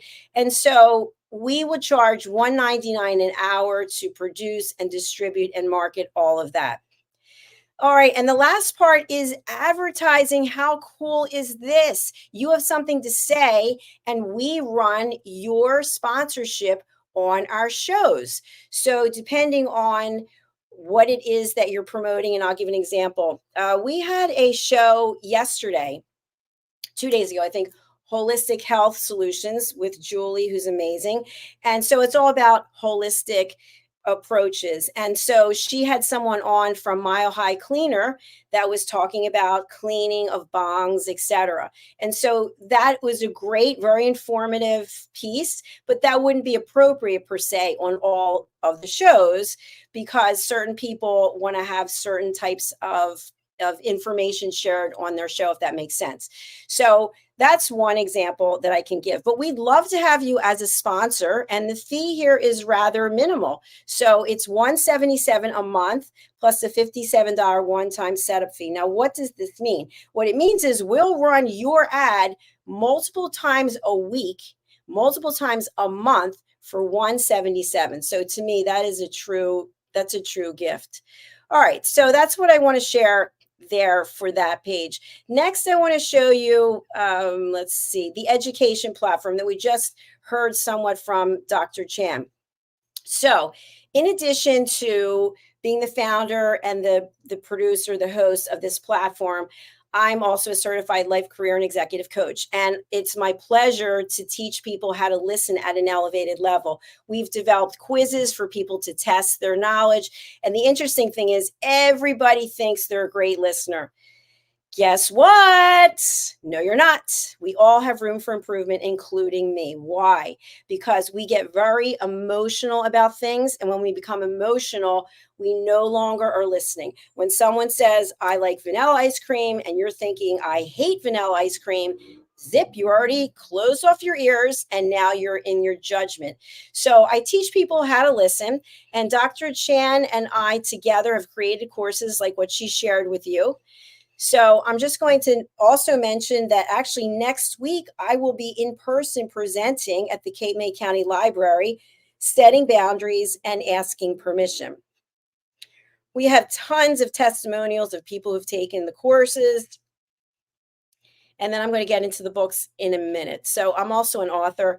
But here we have right on this website, you think you're a great listener. Fabulous. Take the quiz. Let's find out. Get the information. We come back to you and we say, hey, by the way, you scored X. Are you interested in learning how to listen at an elevated level? Because your score indicates that there's some area for growth. So I want to stop there. And then I want to talk a little bit about my personal branding. And then I'm just going to wrap it up. So my other website is drjacalyn.com. And we can see it right here. And this is actually the website that we started with when it was Rapping with Dr. Jacalyn. And so in terms of branding and in terms of growth, we've grown so much that it made sense for me to separate my personal brand from the business brand. So in the case in the future for collaborations, then everything is separate. So under this website, drjacalyn.com, this is where we have courses that we just talked about. We also have the ability for you to get certified. And this sincerely brings complete joy to my heart. I can't even tell you. So to join our team in the capacities that I just shared, you have to become an elevated listener. What does that mean? That means that you take a 2-hour course and you get certified. And you can see there's Hey Ape right there. And so your certificate goes onto our website along with your headshot. And you can use the certificate on any of your websites or in your LinkedIn because it really does distinguish you from someone else. And how do I know this? Because when I'm teaching the courses of how to listen at an elevated level, I'll ask the people there in the audience, how much do you feel you're being listened to, or how well does your partner listen to you? And there's always stories. Sometimes people start crying. I had a woman recently in a course, and she said, my daughter told me that I never listened to her, and therefore I'm not allowed to interact with my grandchildren. And she just started sobbing. And that kind of pain, when you get into a situation where there's certain behavior patterns and one person's not listening to the other, it can be heartbreaking. It can be heartbreaking. It can ruin the relationship. So that's what it is that I wanted to share about that. And then the other thing I want to share is about my books. The children's books bring such joy. Dr. Chan has worked on some of them with me. And I have to say, every single one of the books has been an Amazon bestseller or a top new release. Now, what are the odds of that happening? So we have an incredible illustrator, and we also have an amazing editor and my book coach, Mr. Red O'Laughlin. So I want to just show you the books. I have them here, and I'm just going to tell you a little bit about them. Okay. The first book, the one we started out with was, and I'm going to stop sharing for a moment, was The Amazing Adventures of Lady Ella, the listening mentor. Woo! Lady Ella is this beautiful ladybug on the back, and you'll see she's wearing her little necklace, Ella.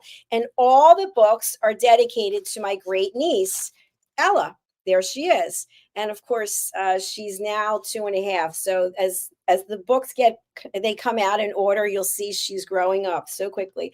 So the other thing I want to mention is, in addition to there being a lesson to learn in the book, there's also something about life. So there's listening skill lessons and there's life lessons. And each of the animal characters on the book cover represents a real person who took my course that I just told you about. So for example, here's Janetta Barry.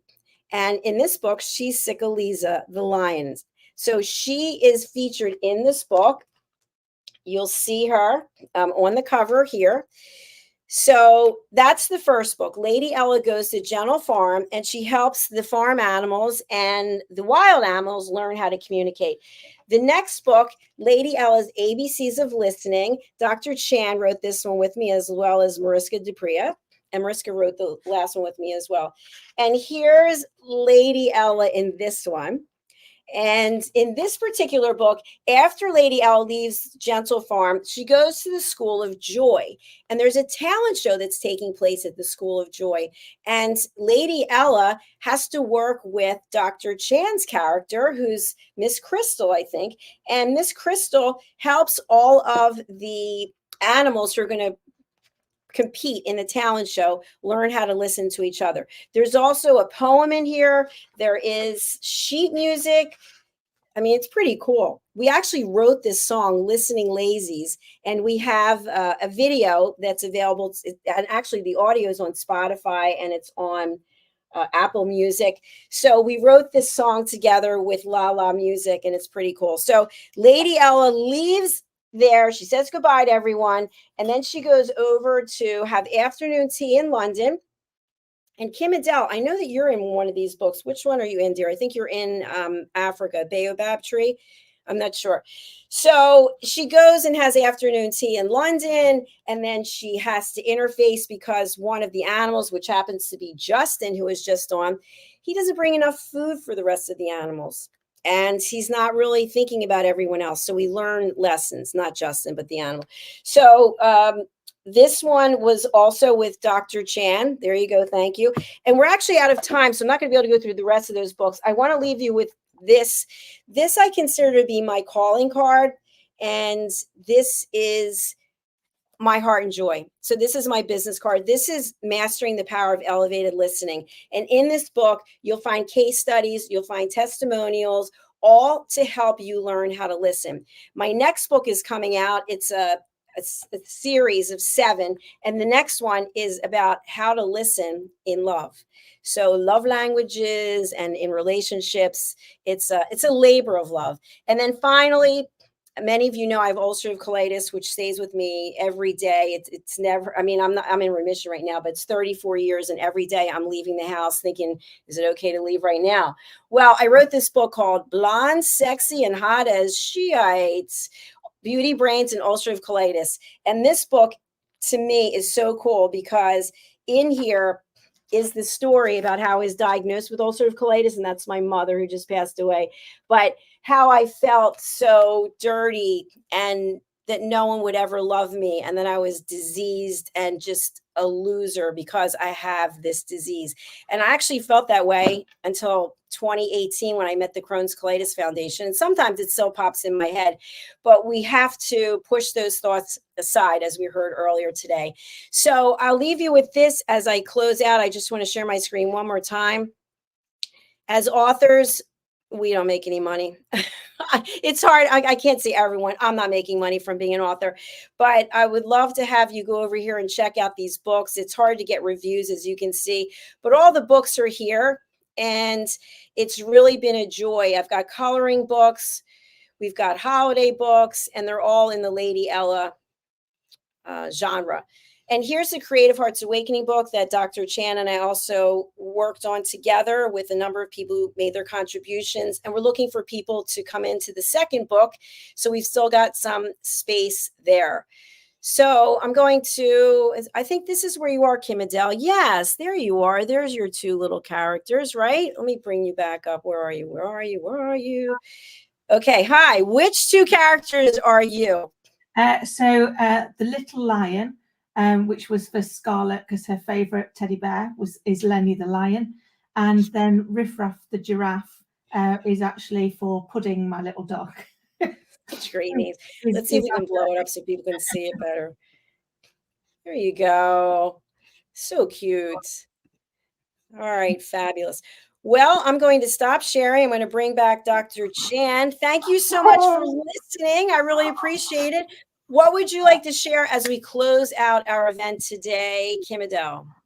I just think, one, I'd like to thank you on behalf of all of us that are part of this channel, because without you, we wouldn't be here and we wouldn't be able to, one, learn and inspire, and 2, I love the fact that you are championing listening, because listening is an act of love. And I believe that we have got really bad at it, and we listen to interject, not to understand. And so all the work you're doing around elevating that listening to understand what the other person's saying rather than to interject on our own, is such a game changer. And I'm super grateful to be part of the platform. Thank you. I'm super grateful to have you here as well. It's always a joy. Dr. Chan. I would like to add, first and foremost, Dr. Jacalyn, I feel that your divine mission about elevated listening, you are going to bring your concept, your mission, you're going to bring peace to the world. Because if we all listen, really thoroughly listen, then we're not going to have misunderstandings. And misunderstandings as in personal and family, and then on a global, on an international level, and then a global, and then going political as well. They should listen to each other for real. And you will be doing that. You've been put on that global planetary power of elevated listening. It is a higher sense. Well, thank you, Dr. Chan. So blessed. Feel so blessed to be on the mothership. Really do. As part of the team, doing presenting, just being part of the community of listeners, just being part of the crew. We're your crew, and everybody else is your crew. Well, we need new recruitments because you're probably going to have another sister ship that's part of the mothership. Well, we do keep growing. We started a new show today, which that's how I wanted to close out. Let's just take a look at our newest team member. He and I started together at RVN Television in 2017 or 18. We're actually an in-person television station. And then we lost touch, and now he's back. So let's just run this as we close out. You'll see what it is. USA Global TV and Radio proudly presents Unstoppable Podcast. No matter where you are right now or what circumstances you face, lasting success is within your reach. Starring Ralph Graves Jr., author of the book Unstoppable. Ralph is a pastor, transformational speaker, and consultant. Follow Ralph on social media at Ralph Graves Jr. Unstoppable Podcast Wednesdays on USA Global TV and Radio. You are unstoppable. Woo! That's what I was doing last night. Yeah, I love making sponsorships. So much fun. I love your voiceover. I love the voiceover podcast. I love it. And he's unstoppable. He's powerful. Very powerful. So anyway, welcome to Ralph.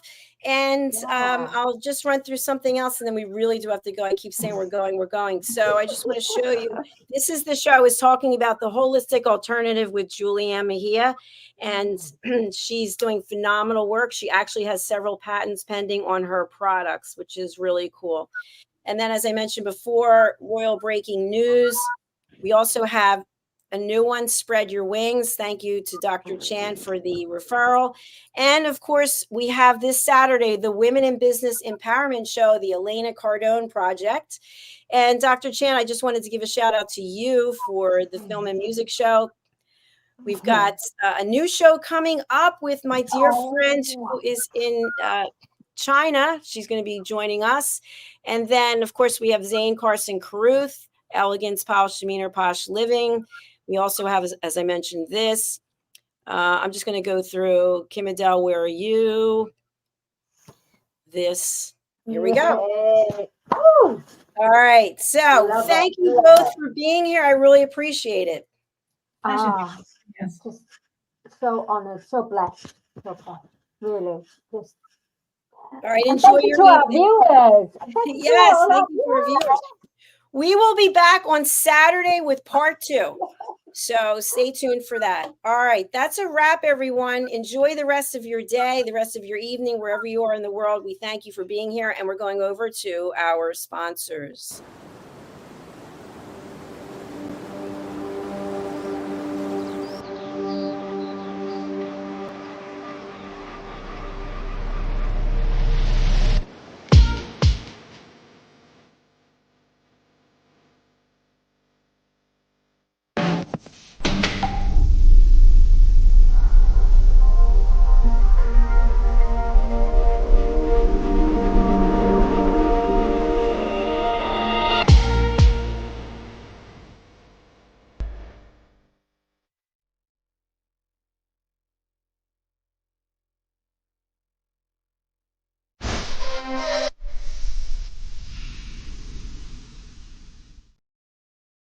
USA Global TV and Radio proudly presents our partner and sponsor, Mr. Philip Sykes and the British School of Excellence.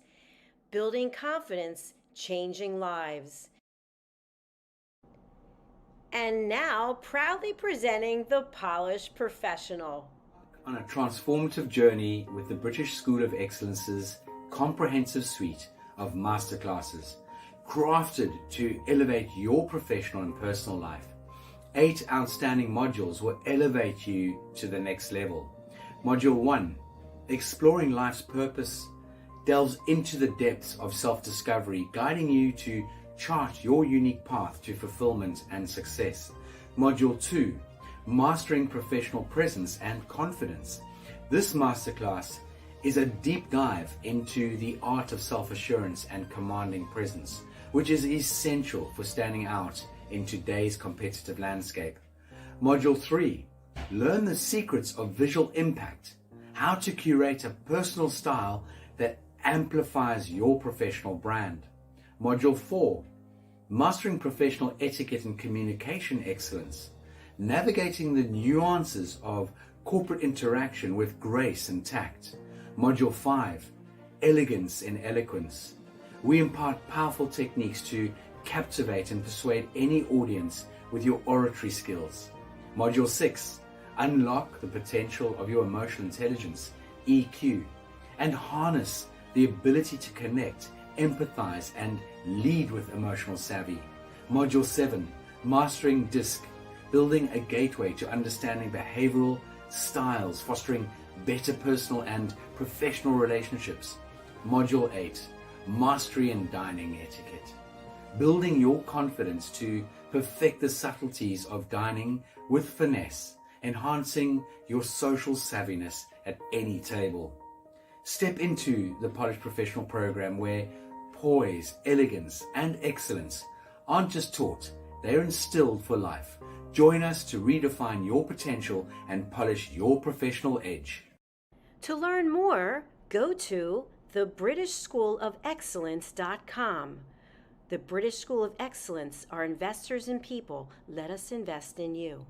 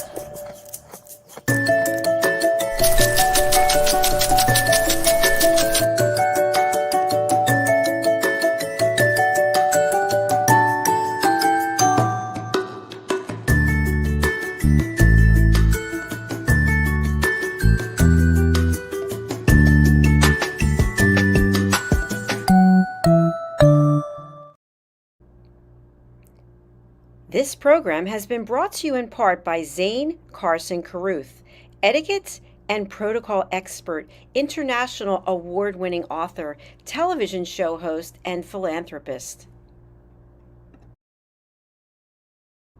Thank you to Zane, our official diamond sponsor for USA Global TV and Radio in partnership with E360 TV. Zane is the author of The World's First Tooth Fairy Ever, as well as many other children's books. She's also the television host of Elegance, Polished Demeanor, and Posh Living, seen on USA Global TV and Radio.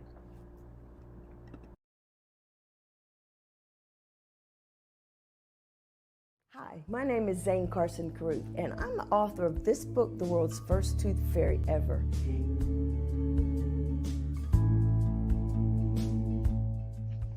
Reading is magic. Studies have shown that reading to your children lays the foundation for greater success in life. Reading helps develop language and vocabulary skills. It helps improve memory, and it encourages curiosity and inspires creativity. The benefits are immeasurable, and as a parent, you'll benefit too.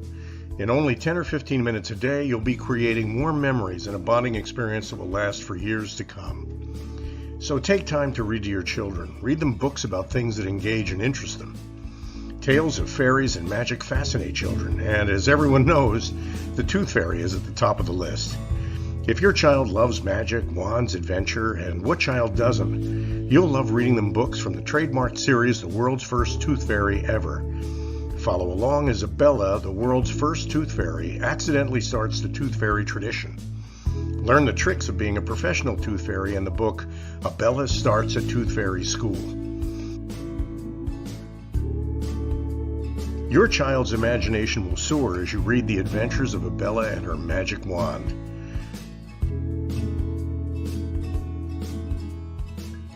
These wonderful books are available at worldsfirsttoothfairy.com and at Amazon, Barnes & Noble, and Walmart.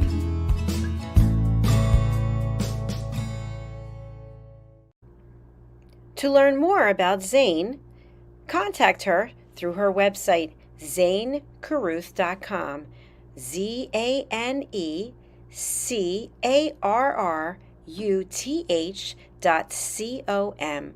Order Zane's books and merchandise. Contact her about being a keynote speaker at your next event.